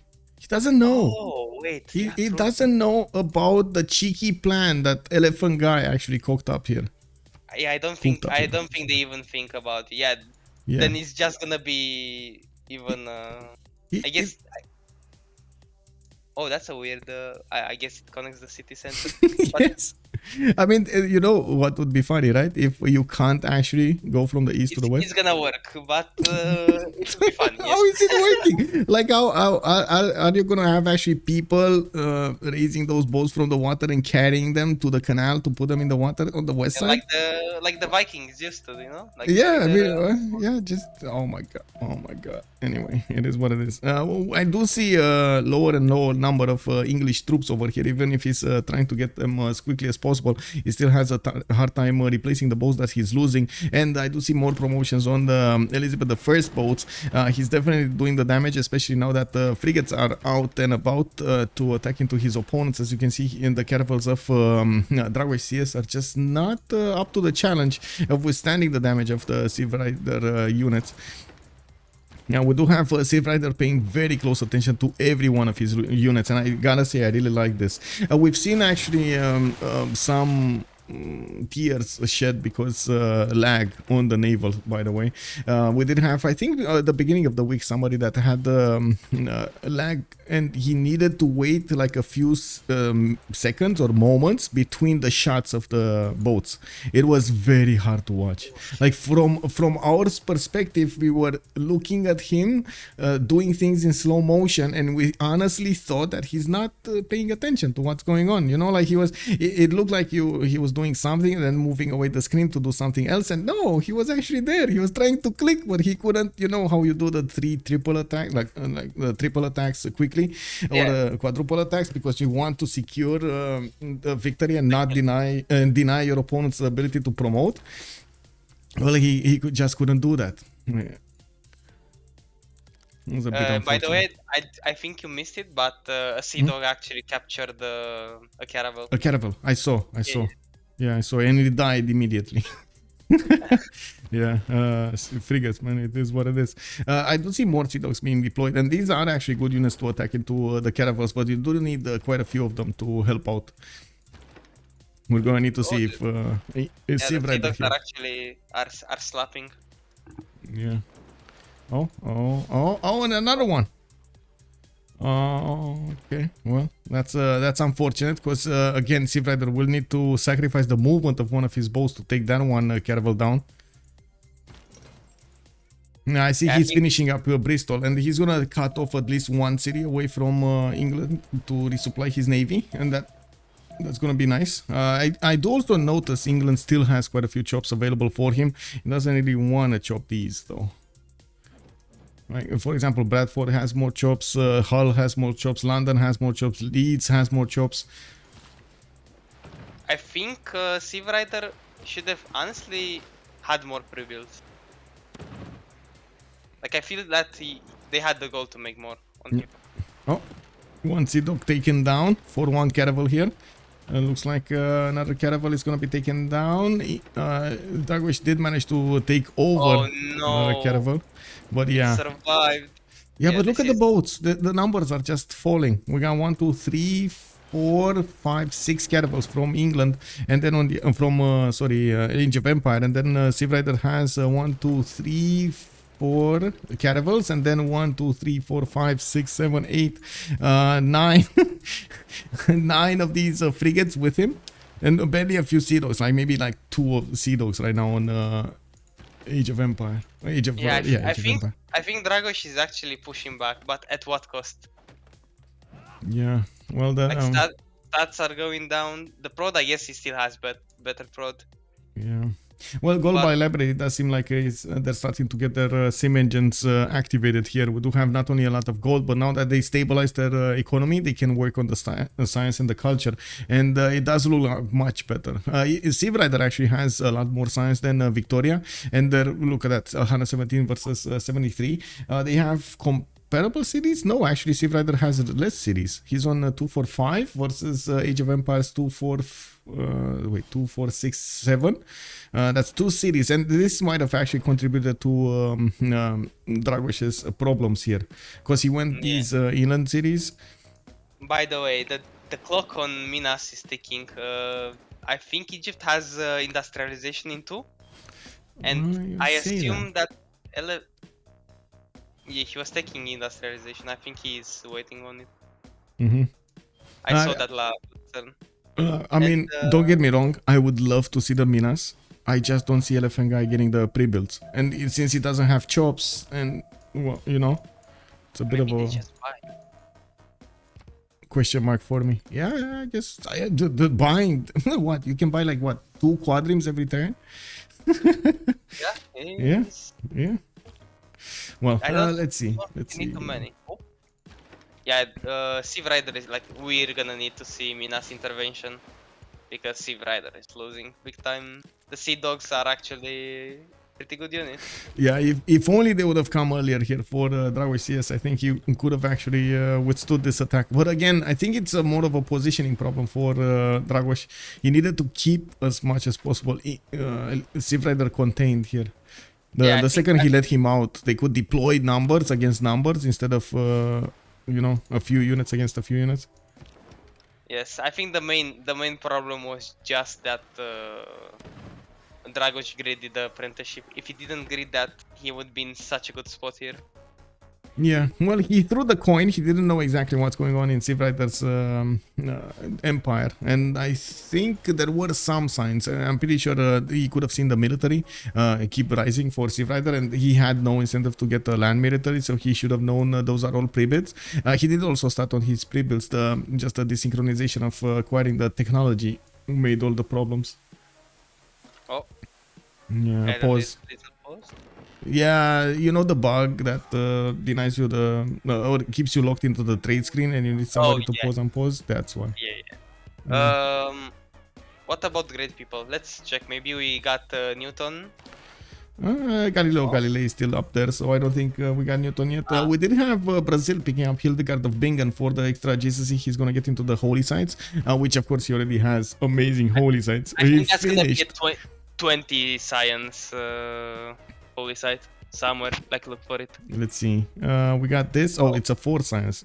Oh, he chopped the rainforest. Oh my god, he keeps on chopping his rainforest. He got one of those aqueducts you can see to the north of Sao Paulo, which I totally understand. He definitely wants more adjacency to industrial zones.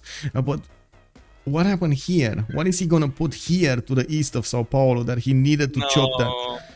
Poor jungle, man. Poor jungle. We need to.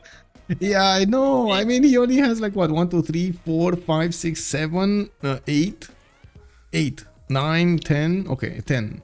That's pretty good, to be honest. Like 10 extra culture, 10 extra production. It's fine. Such a rich spawn. Like, it actually had a lot of jungle below his cap, and now it's nothing. All gone. Yeah. I do notice he is starting to get a postal spot with faith, so I would expect him to try to evangelize his religion to get some more bonuses.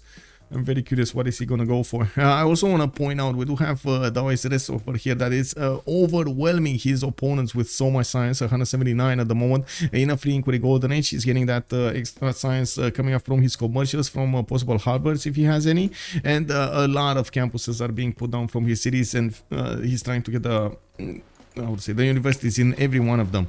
It also looks like the navy of Age of Empire has been defeated over here. There are now an overwhelming number of frigates that are attacking, and it doesn't look like there are more units coming up from Dragos. Yeah, but at the same time, Dragos has home advantage and he can actually produce units. Wow, Civrider... He got 2 more. Man, he's so lucky with these sea dogs, man. This is unbelievable. Civrider doesn't have a front line anymore. This is not gonna work out. We need Mina's intervention to break through. Yeah, and well, I guess we do see more quadrims, frigates, quadrims. Oh, finally! Yes, we got the quadrims! Yes. Okay, time to have fun now. Time for the real fun to start. I mean, to be honest, he needs like what? Like 2 or 3 Minas, and that's gonna be enough. Yeah, but he can get as many as he wants. He can rebuild infinitely. No. Even after he gets industrialization. Yeah, I guess. Square rigging coming up in 1, humanism coming up in 1. We still didn't have a land warfare here between Phoenicia and Indonesia, even though they are almost touching borders between Schuhmut and Preslav. I do notice Phoenicia has been silently getting a few more stats, 200 production. We got him getting more cities out, getting his campuses, 114 science, 88 culture. He's in a pen passion voice, isn't he? No, free inquiry. Okay. Oh. That's a lot of culture actually coming out from his... he put theater squares down. Okay. Plantation Pantheon with a couple theater squares. Yeah. Makes wonders. True. I think he got Mausoleum of Halicarnassus also in the city of Sidon. We can see those extra science, culture, and faith points showing up on the resources.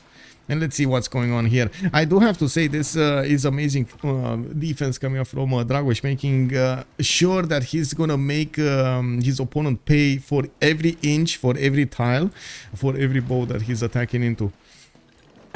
And one of the things that is happening here, Civrider just lost his last caravel, by the way. That was his last caravel that died. He only has frigates now, some sea dogs, and an admiral. Yeah, that's it. That's what I was saying too. Like, no front line. This pushes over. He can, like, maybe actually Dragos doesn't have that many ships. Yeah, no, this is dead. As in dead. This is slowly going down, I would say. It was what, 1 caravel with 2 frigates? You know what I would have loved to see? But I don't think it's possible because maybe Egypt like doing a sneaky coastal above and putting some galleys. But I don't think it was possible because Egypt is getting industrialization for the coal for Minas. So I don't think he had the luxury to not get cartography. Yeah. Well, we do need to see if Civrider is going to get faster to steam power here. We do have him with a decent advantage against Dragos, 108 versus 73. He's going for military tactics here and humanism coming up in 4 turns, while I do see we still have a lot of time in this era. Half, actually. This is going... nicely. Oh, by the way, first preserve of the game with the grove next to the city of Changsha. He's gonna get the extra bonuses on Upsunur Hollow Wonder. Not bad. By the way, I think China has the first tourist, maybe even the second one. Oh, he did. He actually got 5. Yeah, he did. Yeah, he got 5 out of 20. I mean, getting those tourism points. 84 tourism, 132 culture. While on the other side, we do have barely 58 tourism on Daoist Rest, but he does have 106 culture. I believe actually Elaphantguy is the one with 209, and I'm pretty sure he's the defender. Let me actually take a look here. He's on 41. Yeah, he's the defender. Elaphantguy has got a defender. So they assign the roles. We do have them trying to defend each other here. We do have also Elaphantguy that is getting his quadrims going, and I think they're gonna test it. They're actually gonna test if this quadrim can get out. It should, like, for all intents and purposes, it should be able. Can you imagine the sadness if these quadrims cannot get out? I would. I don't even want to imagine. Yeah, I can imagine. Rafifi is also pointing out that the problem it's the coal. You can't make minas without the coal, and yeah, that's exactly what Deskra was saying over here. Somebody needs to go for the coal, and I think it's gonna be Cleopatra. Oh, Elaphantguy is going for industrialization also. They're both going for it. I think Cleo, yeah, Cleo Already has it. industrialization. Yeah, already has it. So we do have both of them going for the coal. It does slow you down to get the Minas Greth because you do need to get that nice extra science to open up the Minas Greth. Well, it is what it is. We got a few more cities from Indonesia with John going to the north. It looks like he's also starting to trade with China, getting that economy up. And well, now we do have China on 158 gold with Dave on 93. Dragos is on 84. And I gotta say, Schuhmut over here is 120 science with 86, but we didn't talk that much about him. He did get some of these industrial zones put down, getting the aqueducts starting to work for him. Put a few more of these kurgans next to the pastures and got quite a few of the theaters squares. But I gotta say, the big question in my mind is, okay, can he have enough strength in the late part of the game to do something against Cleopatra, to do something against England? I mean, I think he has maybe like two options available for him. It's a helicopter attack, and then it's gonna be the nuke attack. I don't think there's anything else. There's way too much territory between Scythia and England to go with cuirassiers or coursers or whatever. Like even tanks is gonna be a problem to actually go through because of the river stopping your movement. Maybe some cheeky mountain. Even then, it's Spain. Yeah. Like Yeah. I don't think. I think Scythia is just gonna sim and maybe get some boats on the coast, and that's it. And you can even tunnel through these volcanoes, right? Unfortunately, you need mountains to even attempt a tunnel here. Oh well. Yeah, it's pretty messed up, the terrain. Well, I do see more of these English frigates are making their way towards the front line. Dragos CS is gonna have to confront a few more of them. There are quite a few scouts in the water for Dragos CS, and these are gonna take away movement from his opponents. It looks like he's getting a bit of a taste of his own medicine over here. Civrider said, you take boats from me, no problem, two can play that game. He's doing the same thing to Dragos. Oh no, yeah. Oh my god. The only issue is that it's a bit more impactful to get 1 out of 3 ships stolen compared to 1 out of 10. Yeah. I do also notice something else. Civrider has gotten the extra +3 combat strength from Magellan. Yeah, he went for printing. And I assume a spy soon to follow. No. From the so he has the intel, yes, but from the admiral. You know the. Oh yeah, the admiral. Yeah, oh. The one that got switched with Rajendra Kola bonuses. Yeah, but Dragos has the armada. Where is the armada? We need there to is see armada. no armada. Really no armada. I mean, I guess armada should actually be deployed over here in the city of Hull. He has. This is the Santa Cruz. Yeah. Wait, is that admiral on top of? Yeah, he captured the frigate. That's why. He captured it earlier. By the way, weird thing, but I don't think. Oh wait, actually he can capture. I was thinking that he doesn't have a caravel, so I don't think he can capture cities, but he can do that with a horse. Yeah. I guess. Bartolomeo, good evening, sir. Bonsoir. He's saying Mordor is between Schuhmut and Civrider. Mordor. All of this territory over here is Mordor. Like in the Rings of Power, you gotta have those orcs building up the tunnels underneath the mountains, so they can get to each other. Let's see who's actually gonna build those tunnels. I do also notice so many cities from Phoenicia.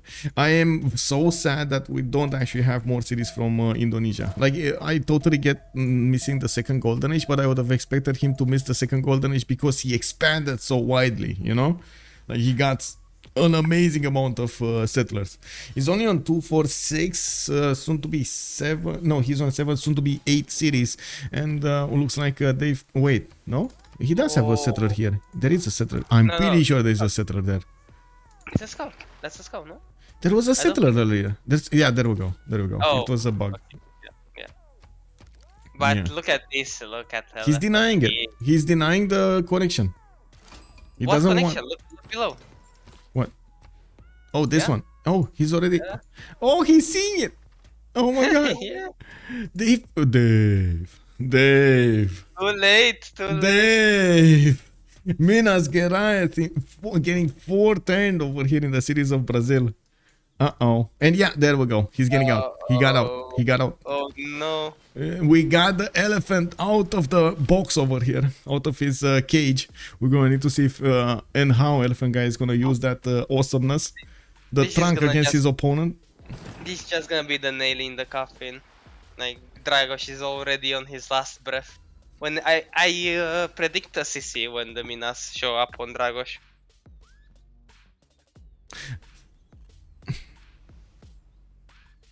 I don't think he's in time with the culture victory.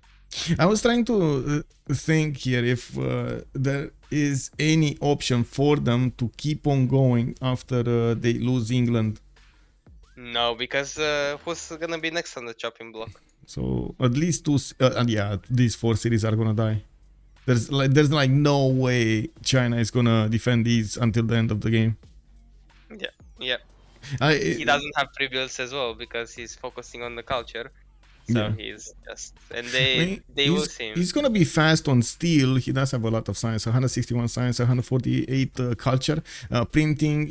I'm pretty sure he's gonna get steel before, but I'm also pretty sure we're gonna see Civrider over here get a lot of science up. But we can have Cleopatra get into the war if he wants to. Like you said, he can definitely put a city down and get some boats in the water. He has the highest science in the game, I believe. Yeah, it's the highest science in the game, 214, 114. Elaphantguy having the Minas Gerais will actually chew through the steel walls slowly but surely. It all depends on how much defense actually China is going to have on each of these cities, because you know, like steel walls, but if it's 24 strength It gets put up, yes. it's like basically like a discount steel walls or something, you know. Yes, like the Minas will make short work of steel walls, I think. He's especially because he has no units, like 24 strength cities. He is basically naked over there. Yeah. And we see the first city about to fall for Dragos. And I don't even think we're gonna see the Minas coming to him. Well, they're gonna get here clearly because Elaphantguy upgraded them. I'm pretty sure they're gonna work here on the Scythian defenses, where yes, we do have some trebuchets, but I don't have to point out the Minas Gerais do shoot. It does shoot from like 3 tiles out compared to the trebuchets that only have a maximum of 2 attack range. So they can shoot from further, deal more damage, and these Scythian units are just gonna be fodder. They're gonna be free experience for those Minas Gerais. I bet that Elephant is yelling to Civrider, wait, don't take the city, let me get Minas. Let me get the Minas. Let me. Yeah. Pick me. Anyway, we do have the Minas also getting ready over here next time, and this is a very nice timing coming up from Elaphantguy. I gotta say, I didn't fully trust his preparation, but he committed to both sides, and he's not sitting idly by to just get the defense for the theater square. I do like his being proactive in getting the win a little bit faster over his opponents, and I do have to say, a lot of the times in quite a few games I've seen the players, even yesterday, I've seen the players how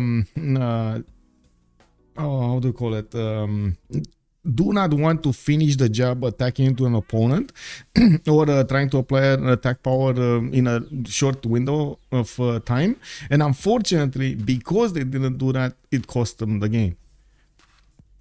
Yeah, the Elephant is is getting all the nails he can get and putting them in the coffins. Yeah, in all the coffins. Yeah. Oh, I can't wait for Hoch reaction to the Minas. Like they see the play with the canal on top, and they're thinking, okay, Elephant wants to mess with Indonesia, who's freezing there, but they don't have the slightest clue about Minas on this front. Big personal question, Desra. First, Yes. Why did you pick Desra as a nickname? Honestly, it's completely random. It means absolutely nothing. Really? Because, I mean, you can break it down in 2 words, desk and Ra. Are you Yes, like you a can. desk god? Are you the sun god of the desk? I I've guess. heard that joke before, especially with the desk. You Okay. know, Yeah, I I've mean, yeah, someone of course. even calls me desktop, but Desk. no, it's absolutely I random. mean, I'm sorry, it's not a joke, man. The Yeah, God I Ra get was it. actually very big, big muscles. You know, very I good get it. guy. But no, it means nothing. It's just a Okay, name. okay. Oh, So how did you arrive to it? Like it was just randomly typing out yes, letters? I don't think so. yes. No, like it Really? typed random. Random. I tried to make a random word. That sounded like a word and not gibberish. Yeah, And I I guess. just got to this. Your mind, your subconscious mind showed the truth. Yes. We got a desk Ra over here. And it's also came from the need of changing my my childhood name, like my childhood nickname. Whoa, what was it? Can you share? It no, it was No? pretty cringe. Why? I mean, you know what I had to put because my nickname, well, I was quite small and I was always sitting with like the bigger boys, and everybody was calling me Pitiku. Ashak, basically, Pitiku is like little guy, like the smallest guy, like. It was way worse than that. Yeah, it is. It is what it is, man. I was small. What can I say? I'm still not that big, to be honest. It is what it is. I'm working on it, trying to get wider. I cannot go taller, but maybe I can get wider. It is what it is. I've heard that there are some operations that can get you taller by a few centimeters. Oh, please, no. I mean, I heard about them with the increase of the femur, but no, that just... No. Can you imagine sitting in bed for like 3 months to recover from that? Oh. No. Do you have to do that? I haven't heard that part. Well, the bone needs to mend because it cuts part of the bone and then stretches it a little bit and then it allows it to mend back. Wait, I interrupt you for a second. Do you see what I see? Trade route pillage. Oh, come on, Yes, Civrider. Please. These? Yes, I see two of them. He's not doing it though. He's not doing it. He's caring about... Yeah. Come on, please. Oh. I mean, to be honest, he has no competition over here. He already basically won the war against Bristol and Pazerik. It's just a matter of time. And there we go. 2 of them. 400 and 360 gold. I don't think he had the card in. Let's. Do you think he had the card in? I don't think so. Yeah, he didn't, for sure. Let's see. Civrider. No, he didn't. No, for sure. Why? But I think this is it. The Minas showed up. It's. Yeah. They're one-shotting everything here, and I'm pretty sure there's no challenge for London, no challenge for Liverpool, Bradford. On the right side, we do have a navy from Dave, but I think he's gonna have a rude awakening. His caravels just die attacking into the Minas Grass. Like Yeah, there's but like I not even like a stalemate or something, like half and half.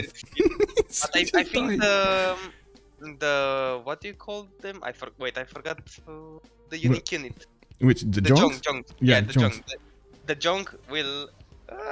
Nah, it's not enough. I mean, you need so many of them.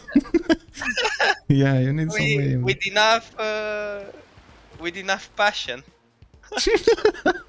Yeah, with enough prayers, you go and step into dog poo, and you do in the morning all of the maybe the feng shui stuff, and you surround it and shoot it like 10 times. You go throw how to say those coins in the fountains and stuff like that. Yeah. And every fountain you find in everywhere, and just wish for a single thing. Throw a bucket of coins. Yeah. Please let it be that my Jongs are gonna take punches with the Minas Gerais. Yeah, no. I think Dave will find out why. Oh. Oh, this is, man. I gotta say, we did know about the Minas Gerais, and I do think Indonesia had the opportunity to settle quite a few cities. I don't think he did a bad thing to build up a navy here, or the lack of a navy earlier. But this is just gonna go wild very, very quickly. I think his only chance maybe would have been like fleets if he would have managed to get to nationalism. But then his opponent has nationalism also. Like there's so much. I think he should have just denied the canal. Like you have the naval control on that sea. deny the canal. Like make sure. But he can't deny it for so long, right? The Minas Gerais are gonna kill any unit that is gonna be standing here. I guess, yeah. No, You know, he's so just gonna push anyway. It's so tough, actually. Yeah. The Steam canal power. I mean, he had a chance going for steam power, getting the core ability, like for fleets and maybe armadas, but actually he's thinking not about even it, close. the canal change, you know, that the fact that they come earlier. Earlier, yeah. It's a huge buff for Brazil on this kind of. Yeah, it is. It is.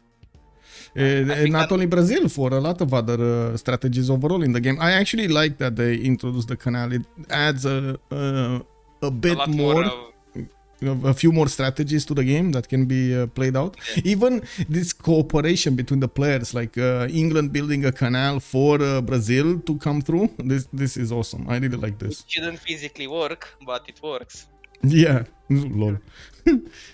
Yeah. I do have Dragos actually going for industrialization over here in 2 turns. He still doesn't have that much science or culture. It's gonna start losing quite a bit of cities here. Hull has been taken over. London, Liverpool, Bradford, I'm pretty sure they're gonna follow quite quickly. Brazil did take out the city of Scythia. He just denied Scythia the ability to enter this fight. Yeah, no, London falls next turn easily. Like 2 taps from the Minas, and the horse can just take the city then. Yeah, that's true. True. No walls over here either. I mean, walls are not gonna help anyway. Wait, but he doesn't have a melee naval unit, so he cannot displace the admiral in front of London. No? Oh wait, no, he can. No, he can displace it with the frigate and then move back. It's fine. Yeah, he can get the horse in and just lap like 2 shots from. Oh, look, Caravel. He has a Caravel. Oh. Fine. Yeah, never mind. Fine. And I'm pretty sure they have so much gold, not only per turn, but also in the bank, that it's gonna be fine. Another one. Well, you know. Yeah, they're just buying them. Just spilling 800 gold. Yeah, just buy the Caravels. You need Caravel? No problem. You need the Jet Bomber? No problem. You need GDR? No problem. You wanna take 3 for the price of 1? Yeah, let's go. Yesterday, we actually had a game in which they paid like 1200 gold per GDI. Yeah. Can you imagine 1200 gold per GDR? 50% Congress, it must have. Yeah. The Congress for the gold and how to say democracy, and he had faith also. He bought with both. It was insane. He got like 7-8 GDRs at the same time. Okay, should we go? Yeah, Elaphantguy is saying you needed to canal play me. Yeah, he was saying that he definitely Indonesia should have actually picked up the flag of attack over here against Brazil. Try to get to the main, at least a few cities in the north to deny him from getting to Minas or putting the Minas in the water. Anyway, we do need to. I guess we're gonna need to wait for them to give us a post-game chat over here. Desra, you wanna join me in the post-game? Sure. Post-game 1, I guess. Trinta is already there. Oh man. So, what do you think of Dragos's first anniversary over here? I think that he played greedy. He was a bit too greedy with the apprenticeship, but he did a good defense. However, in this kind of scenario, I don't think it would have really mattered. Like the Minas would eventually get to the same result, more or less. Like I don't see how he defends Minas here. Yeah. I mean, he could have bought time for himself to because. And why I'm saying bought time for himself, because the second these caravels of Elizabeth came into his territory, he couldn't do anything else other than boats. Yeah, like he could maybe get to ironclads somehow. Yeah, maybe. Even that's kind of a stretch. Only if he would have bought himself time. Only. Yeah, but like Elaphantguy was saying, if they didn't push into them, it looks like they had enough bonuses on their side to keep on going. I have no idea what happened to my screen, by the way. Think your Firaxis crashed? Yeah, I think so. Just standing in the game, my Firaxis crashed. Kick. It is what it is. Andileo Bonsomosu, also Brazil doesn't have unique port, contrary to England. That is true. England definitely has the upper hand there. What do we have? Oh, Chow the Delicious. Hello. Hi. Good evening. How are you doing? Oh, it's Civrider. Yeah, Monsieur Civrider. A long time no see, my friend. How have you been? I'm alright, I'm tired. Oh, I mean, okay. I mean, after this full-on attack against your opponent, I can imagine. Too many clicks. Before that, I wasn't expecting that. Okay. Civrider, you have no idea how me and Michael were yelling at you to get those 2 traders pillage ASAP. We wanted to see the bonus in action.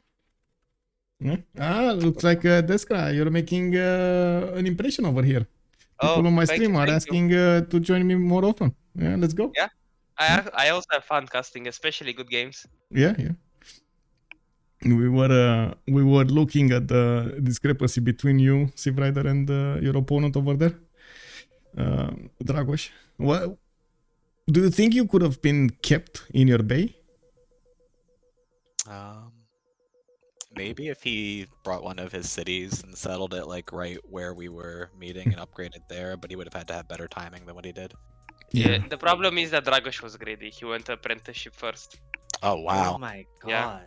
Yeah. He did. FFA player. Yeah, he did. Boom.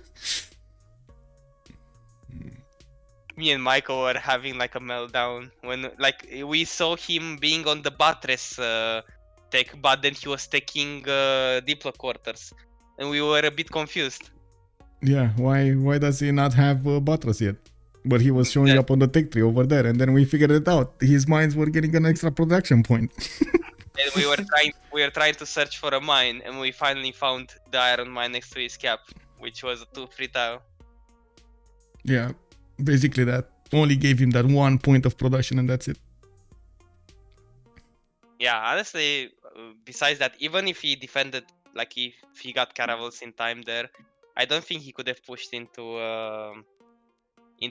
Civrider here, and the Minas would still do more or less the same. Oh, yeah. I mean, he didn't know. Elaphantguy, you got shrouded in darkness over there. They didn't know anything about you. I know. That's why we There cut was- the map. Yeah, there was also the play on top, the play on the bottom. Too much, man. The Minas are very, very fun unit, I must say. You know that moment when Indonesia realizes his boats are dying attacking? Yeah, What- I mean, it was a good spawn for us. We were wondering about your insistent chopping of the rainforest.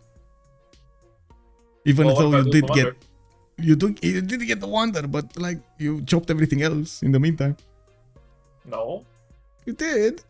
I chopped 3 rainforests to get the wonder that buffed like 20 tiles or something. That's worth it. If I lose the wonder because they're trying to deny it from me because they realize I'm playing Brazil, then I'm very much so more sad. No, the chopping for the wonder is fine. We totally agree. But Yeah. after that, you chopped at least 6 more jungle tiles, I think. There's no way. He was no probably way. running on automatic over there, you know. Man, He was you like, had- "Oh, I see you chop. had, I like, need." You had He's a like simple man. 25 to 30 jungle tiles, and in the end, I think you had less than 10. Oh, you have to chop some, otherwise we fall too far behind. Yeah, you chop a bit, like mostly You have to around. chop some. I didn't chop most of the ones around my districts for my setup, but I chopped the ones that are just. It's an apprenticeship mine is a completely viable tile, right? Yeah. Nothing wrong with an apprenticeship mine or an industrialization mine. Just as good, pretty much. And like waiting for the payoff versus getting the district out, getting the writer points, getting the trader out capacity, whatever the heck I'm chopping out is probably more valuable than waiting until chicken pizza. Yeah, what I usually do on Like- Brazil is just like put my districts in a place and chop the jungle where I don't have the districts. Yeah, I mean that's kind of what I did. I don't think I chopped very many jungle leaders in my districts at all. I think you chopped the rainforest next to a holy site, but by that time, I guess you thought that you don't really need the faith anymore. You mean the one that I chopped for the Aqueduct Industrial setup or what? No, there was another, like to the Okay. right. Yeah. I Anyway, see it. it's inconsequential anyway. Very not a big deal, yeah. I do want to say it's refreshing to actually see somebody putting time into Magnus and moving him to chop with the most production. Yeah, I mean that's just. I mean, if you're playing a Monumentality Civ, you kind of should play Traveling Magnus, honestly. Like it's Yeah, just super efficient. I Magnus actually is should have in valuable. this game. I actually should have gone Moksha Magnus Moksha 2, but I went Moksha 2 early, which was probably a mistake in retrospect. Magnus could have established in my forward city like 2 turns sooner. Then I would have had a lighthouse quicker. I would have maybe chopped a settler out instead of me faith buying one. It would have made my game more efficient. That was a small mistake on Magnus actually. Okay, now since Dragos is here, Dragos, how was your first Premier League game? Interesting. FFA Bane made me take apprenticeship like a bot. Oh, I'm glad you figured that out without me telling you. Good. At least we are on the same page on that one. Yeah, like if Abgar, like if I didn't go apprenticeship, I'd have Cavill like the same time. The Civrider. What? Why'd you guys keep the map, by the way? No, we don't. I mean, in retrospect, It probably kind should of have kept it. I had shit spawn, but I had kind of fun spawn. Yeah, I had Artemis, Yeah. I had Punch, I saw Dust to the right, like I could have Mhm. maybe settled more aggressive with Pyramids. And Mhm. I was pretty sure I didn't have a neighbor. Mm-hmm. I thought if like the team has on, like I'm just Wincon on Diplo and on. Yeah. So I guess on turn 10 you don't know that Indo doesn't have anyone to fight. Yeah, and we didn't It's kind of exactly asymmetric know. information. We are 100% certain that Indo's not doing a damn thing on this spawn, and you guys have no idea. Like we also like maybe it would have been a little bit more open south of Schuhmut, or he could have tunneled and we do. Wait, what the hell did Dave open? Dave, what did you open? Dave, you opened Builder and then you walked it into the jungle? Dave isn't here, I think. No, Yeah. Dave is not here. I'm trying to figure out why you guys lack so much information, and I figured out. I think I may have found the reason. mountains blocking You guys didn't even buy him a pathways. scout. I mean, mountains too, but He went campus first and builder first. I'm worried that's what occurred. Yes. Why did he And not go? He bought went one- sailing. And he bought tile. Why is he not improving fish? He's I scouting. guess he with went builders, for but- settlements, right? What was this pantheon? No, he went out of the sea. I mean, you improve the fish, you know. I mean, I would. I'm not sure what Dave was cooking. I mean, he has a 3-2 and a 1-3. I don't know. What's the second 3-2? Okay, I'm not sure. Yeah, I guess you guys it was asymmetric information. You guys I didn't know mean, that. Imagine you But go Indo builder can't do anything. first, you scout with a 3-charge builder, and you lose it to a scout. The game is There's over no now. way. Wait, what? Wait, He did lost lose it. a free No, charge? No, he No, didn't. no, Like, it's fine. but the way he played. Like, Oh. look how much he is like forward scouting into a direction where he has no information about. And I guess you know that Scythia can't like fight anyone either. It should be pretty obvious that Scythia is not fighting anyone on this one, right?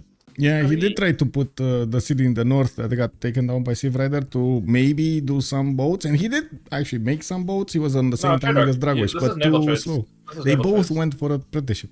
Yeah. That city was very good, but that city needed Dragos to be in the choke and protect him. And Yeah. Dragos over here. We're not gonna go through this again. The problem is also it's GBL's game to lose here because they should never lose the choke. But No. on the other hand, they can like Oh yeah, we can kill pressure all out the of this joke, cities. yeah. Like, yeah, Civ Rider's choke will never get taken. It's kind of impossible. Even if you don't have caravels, you can just put one scout there and swap it out for like infinite turns. And the triple trader setup between them was just insane over there. You got so much gold. Yeah, but I mean, we were thinking, we're all one continent. This might be a I problem. mean, Yeah, we don't were one think- continent as well, basically. Wait, were you? You guys Yeah. are all No, one continent, and your uh, Ooga Booga Civs don't have any you have two targets. And you don't continents. remap. No? And And I it thought was- we were It was just like fake Indonesia, guys. Indonesia on a continent, and the rest of Hoch on one giant continent. There was a 20 tile continent around Armagh, and then the rest of the continent. Okay. I mean, I guess it's still a fine spawn for you guys because you have 3-way naval or 4-way naval trade routes, right? You have Yeah, I think you can, like, China, all naval Indo, trade as and then well. you have Vicky, Scythia. You guys all have naval trade routes too, so I guess it's not that bad of a Just- spawn. But we evaluated your draft as being the draft that wanted to fight early, and so we were really happy when we got a spawn that was not going to have early game action. Yeah, the two things that probably were very good for Hoch is one, their win con is literally untouchable unless you kill someone, which you did. and two, the response like were just they were clumped together. They like the response themselves were like solid. And it would be risky to remap. One more Yeah, I thing, mean- I think Indonesia, they really should have went Magnus in there. Like he was so far from everyone else. That going Moksha and getting 3 lighthouses early had no sense. Like what is he gonna trade to? His own like Moksha internals. I don't know. Oh, he can do Moksha and just trade externally to China, and then he goes Ancestral. The only problem is if he goes Audience. He couldn't go to China. It was so far away. It was Was it too impossible. far to trade? Yeah, Yeah, it was way too far. absolutely huge distance. So then he did go Magnus. Wait, is it Magnus 1 or Magnus 2? No, it's Magnus 1. What the fuck is he trading to? Is he doing Moksha internals? I Wait, don't yeah, know. might be. I told Michael. I think he did do Moksha internals on Dave. Yeah, like I was asking Maybe Michael, I'm wrong. what the hell is he doing? mean- And Michael didn't want to look at him again after. I mean, you don't know it early, but then at least like don't hard build your lighthouses and stuff. No, just No, get you more know settlers. early that you're alone. Like you know that you can trade to your ally because you see them. No, he's trading to his. now. He's trading to his ally for sure. He has naval trade routes really like on turn 50. I think as soon as he scouted it, he's trading it. Yeah, Later. I think the only thing that I would have waited for is like building lighthouses with the card. Just wait for the card. Don't rush it early. I'm not sure if Yes. he did. Like I don't know. that's my. I guess that's my thing. I think Magnus would have. But the position here for Endo is really bad because he's never going to scale as hard as the Civ we chose, and he can't fight anyone unless he makes a play. Yeah, but he didn't really know. Like their scouting wasn't. They didn't know that Dido is basically in an inland. Yeah, But it's impossible for them to know that early too. But even then, you know that the distance is far after you take Preslav. But you don't know that at turn 10. You Yeah. know that at like turn 30 something. I mean, you almost got baited into placing that city on the coast over there on the east, and you would have had to fight Indonesia if you didn't see him. Baited into doing it? No, I knew Well, on if turn... Scythia didn't whatever. find him out, sniffed him, or who was it? No, I don't know who was it. Dido. I- Dido I'll found tell him. you, I Dido. was never planning Yeah. on settling that city naval. I was always going in there. I didn't care what I saw. I knew that the inland settle would let me vibe, and the naval settle, I'm going mighty mentality. I can't do a caravel timing. It's not happening. Yeah. So,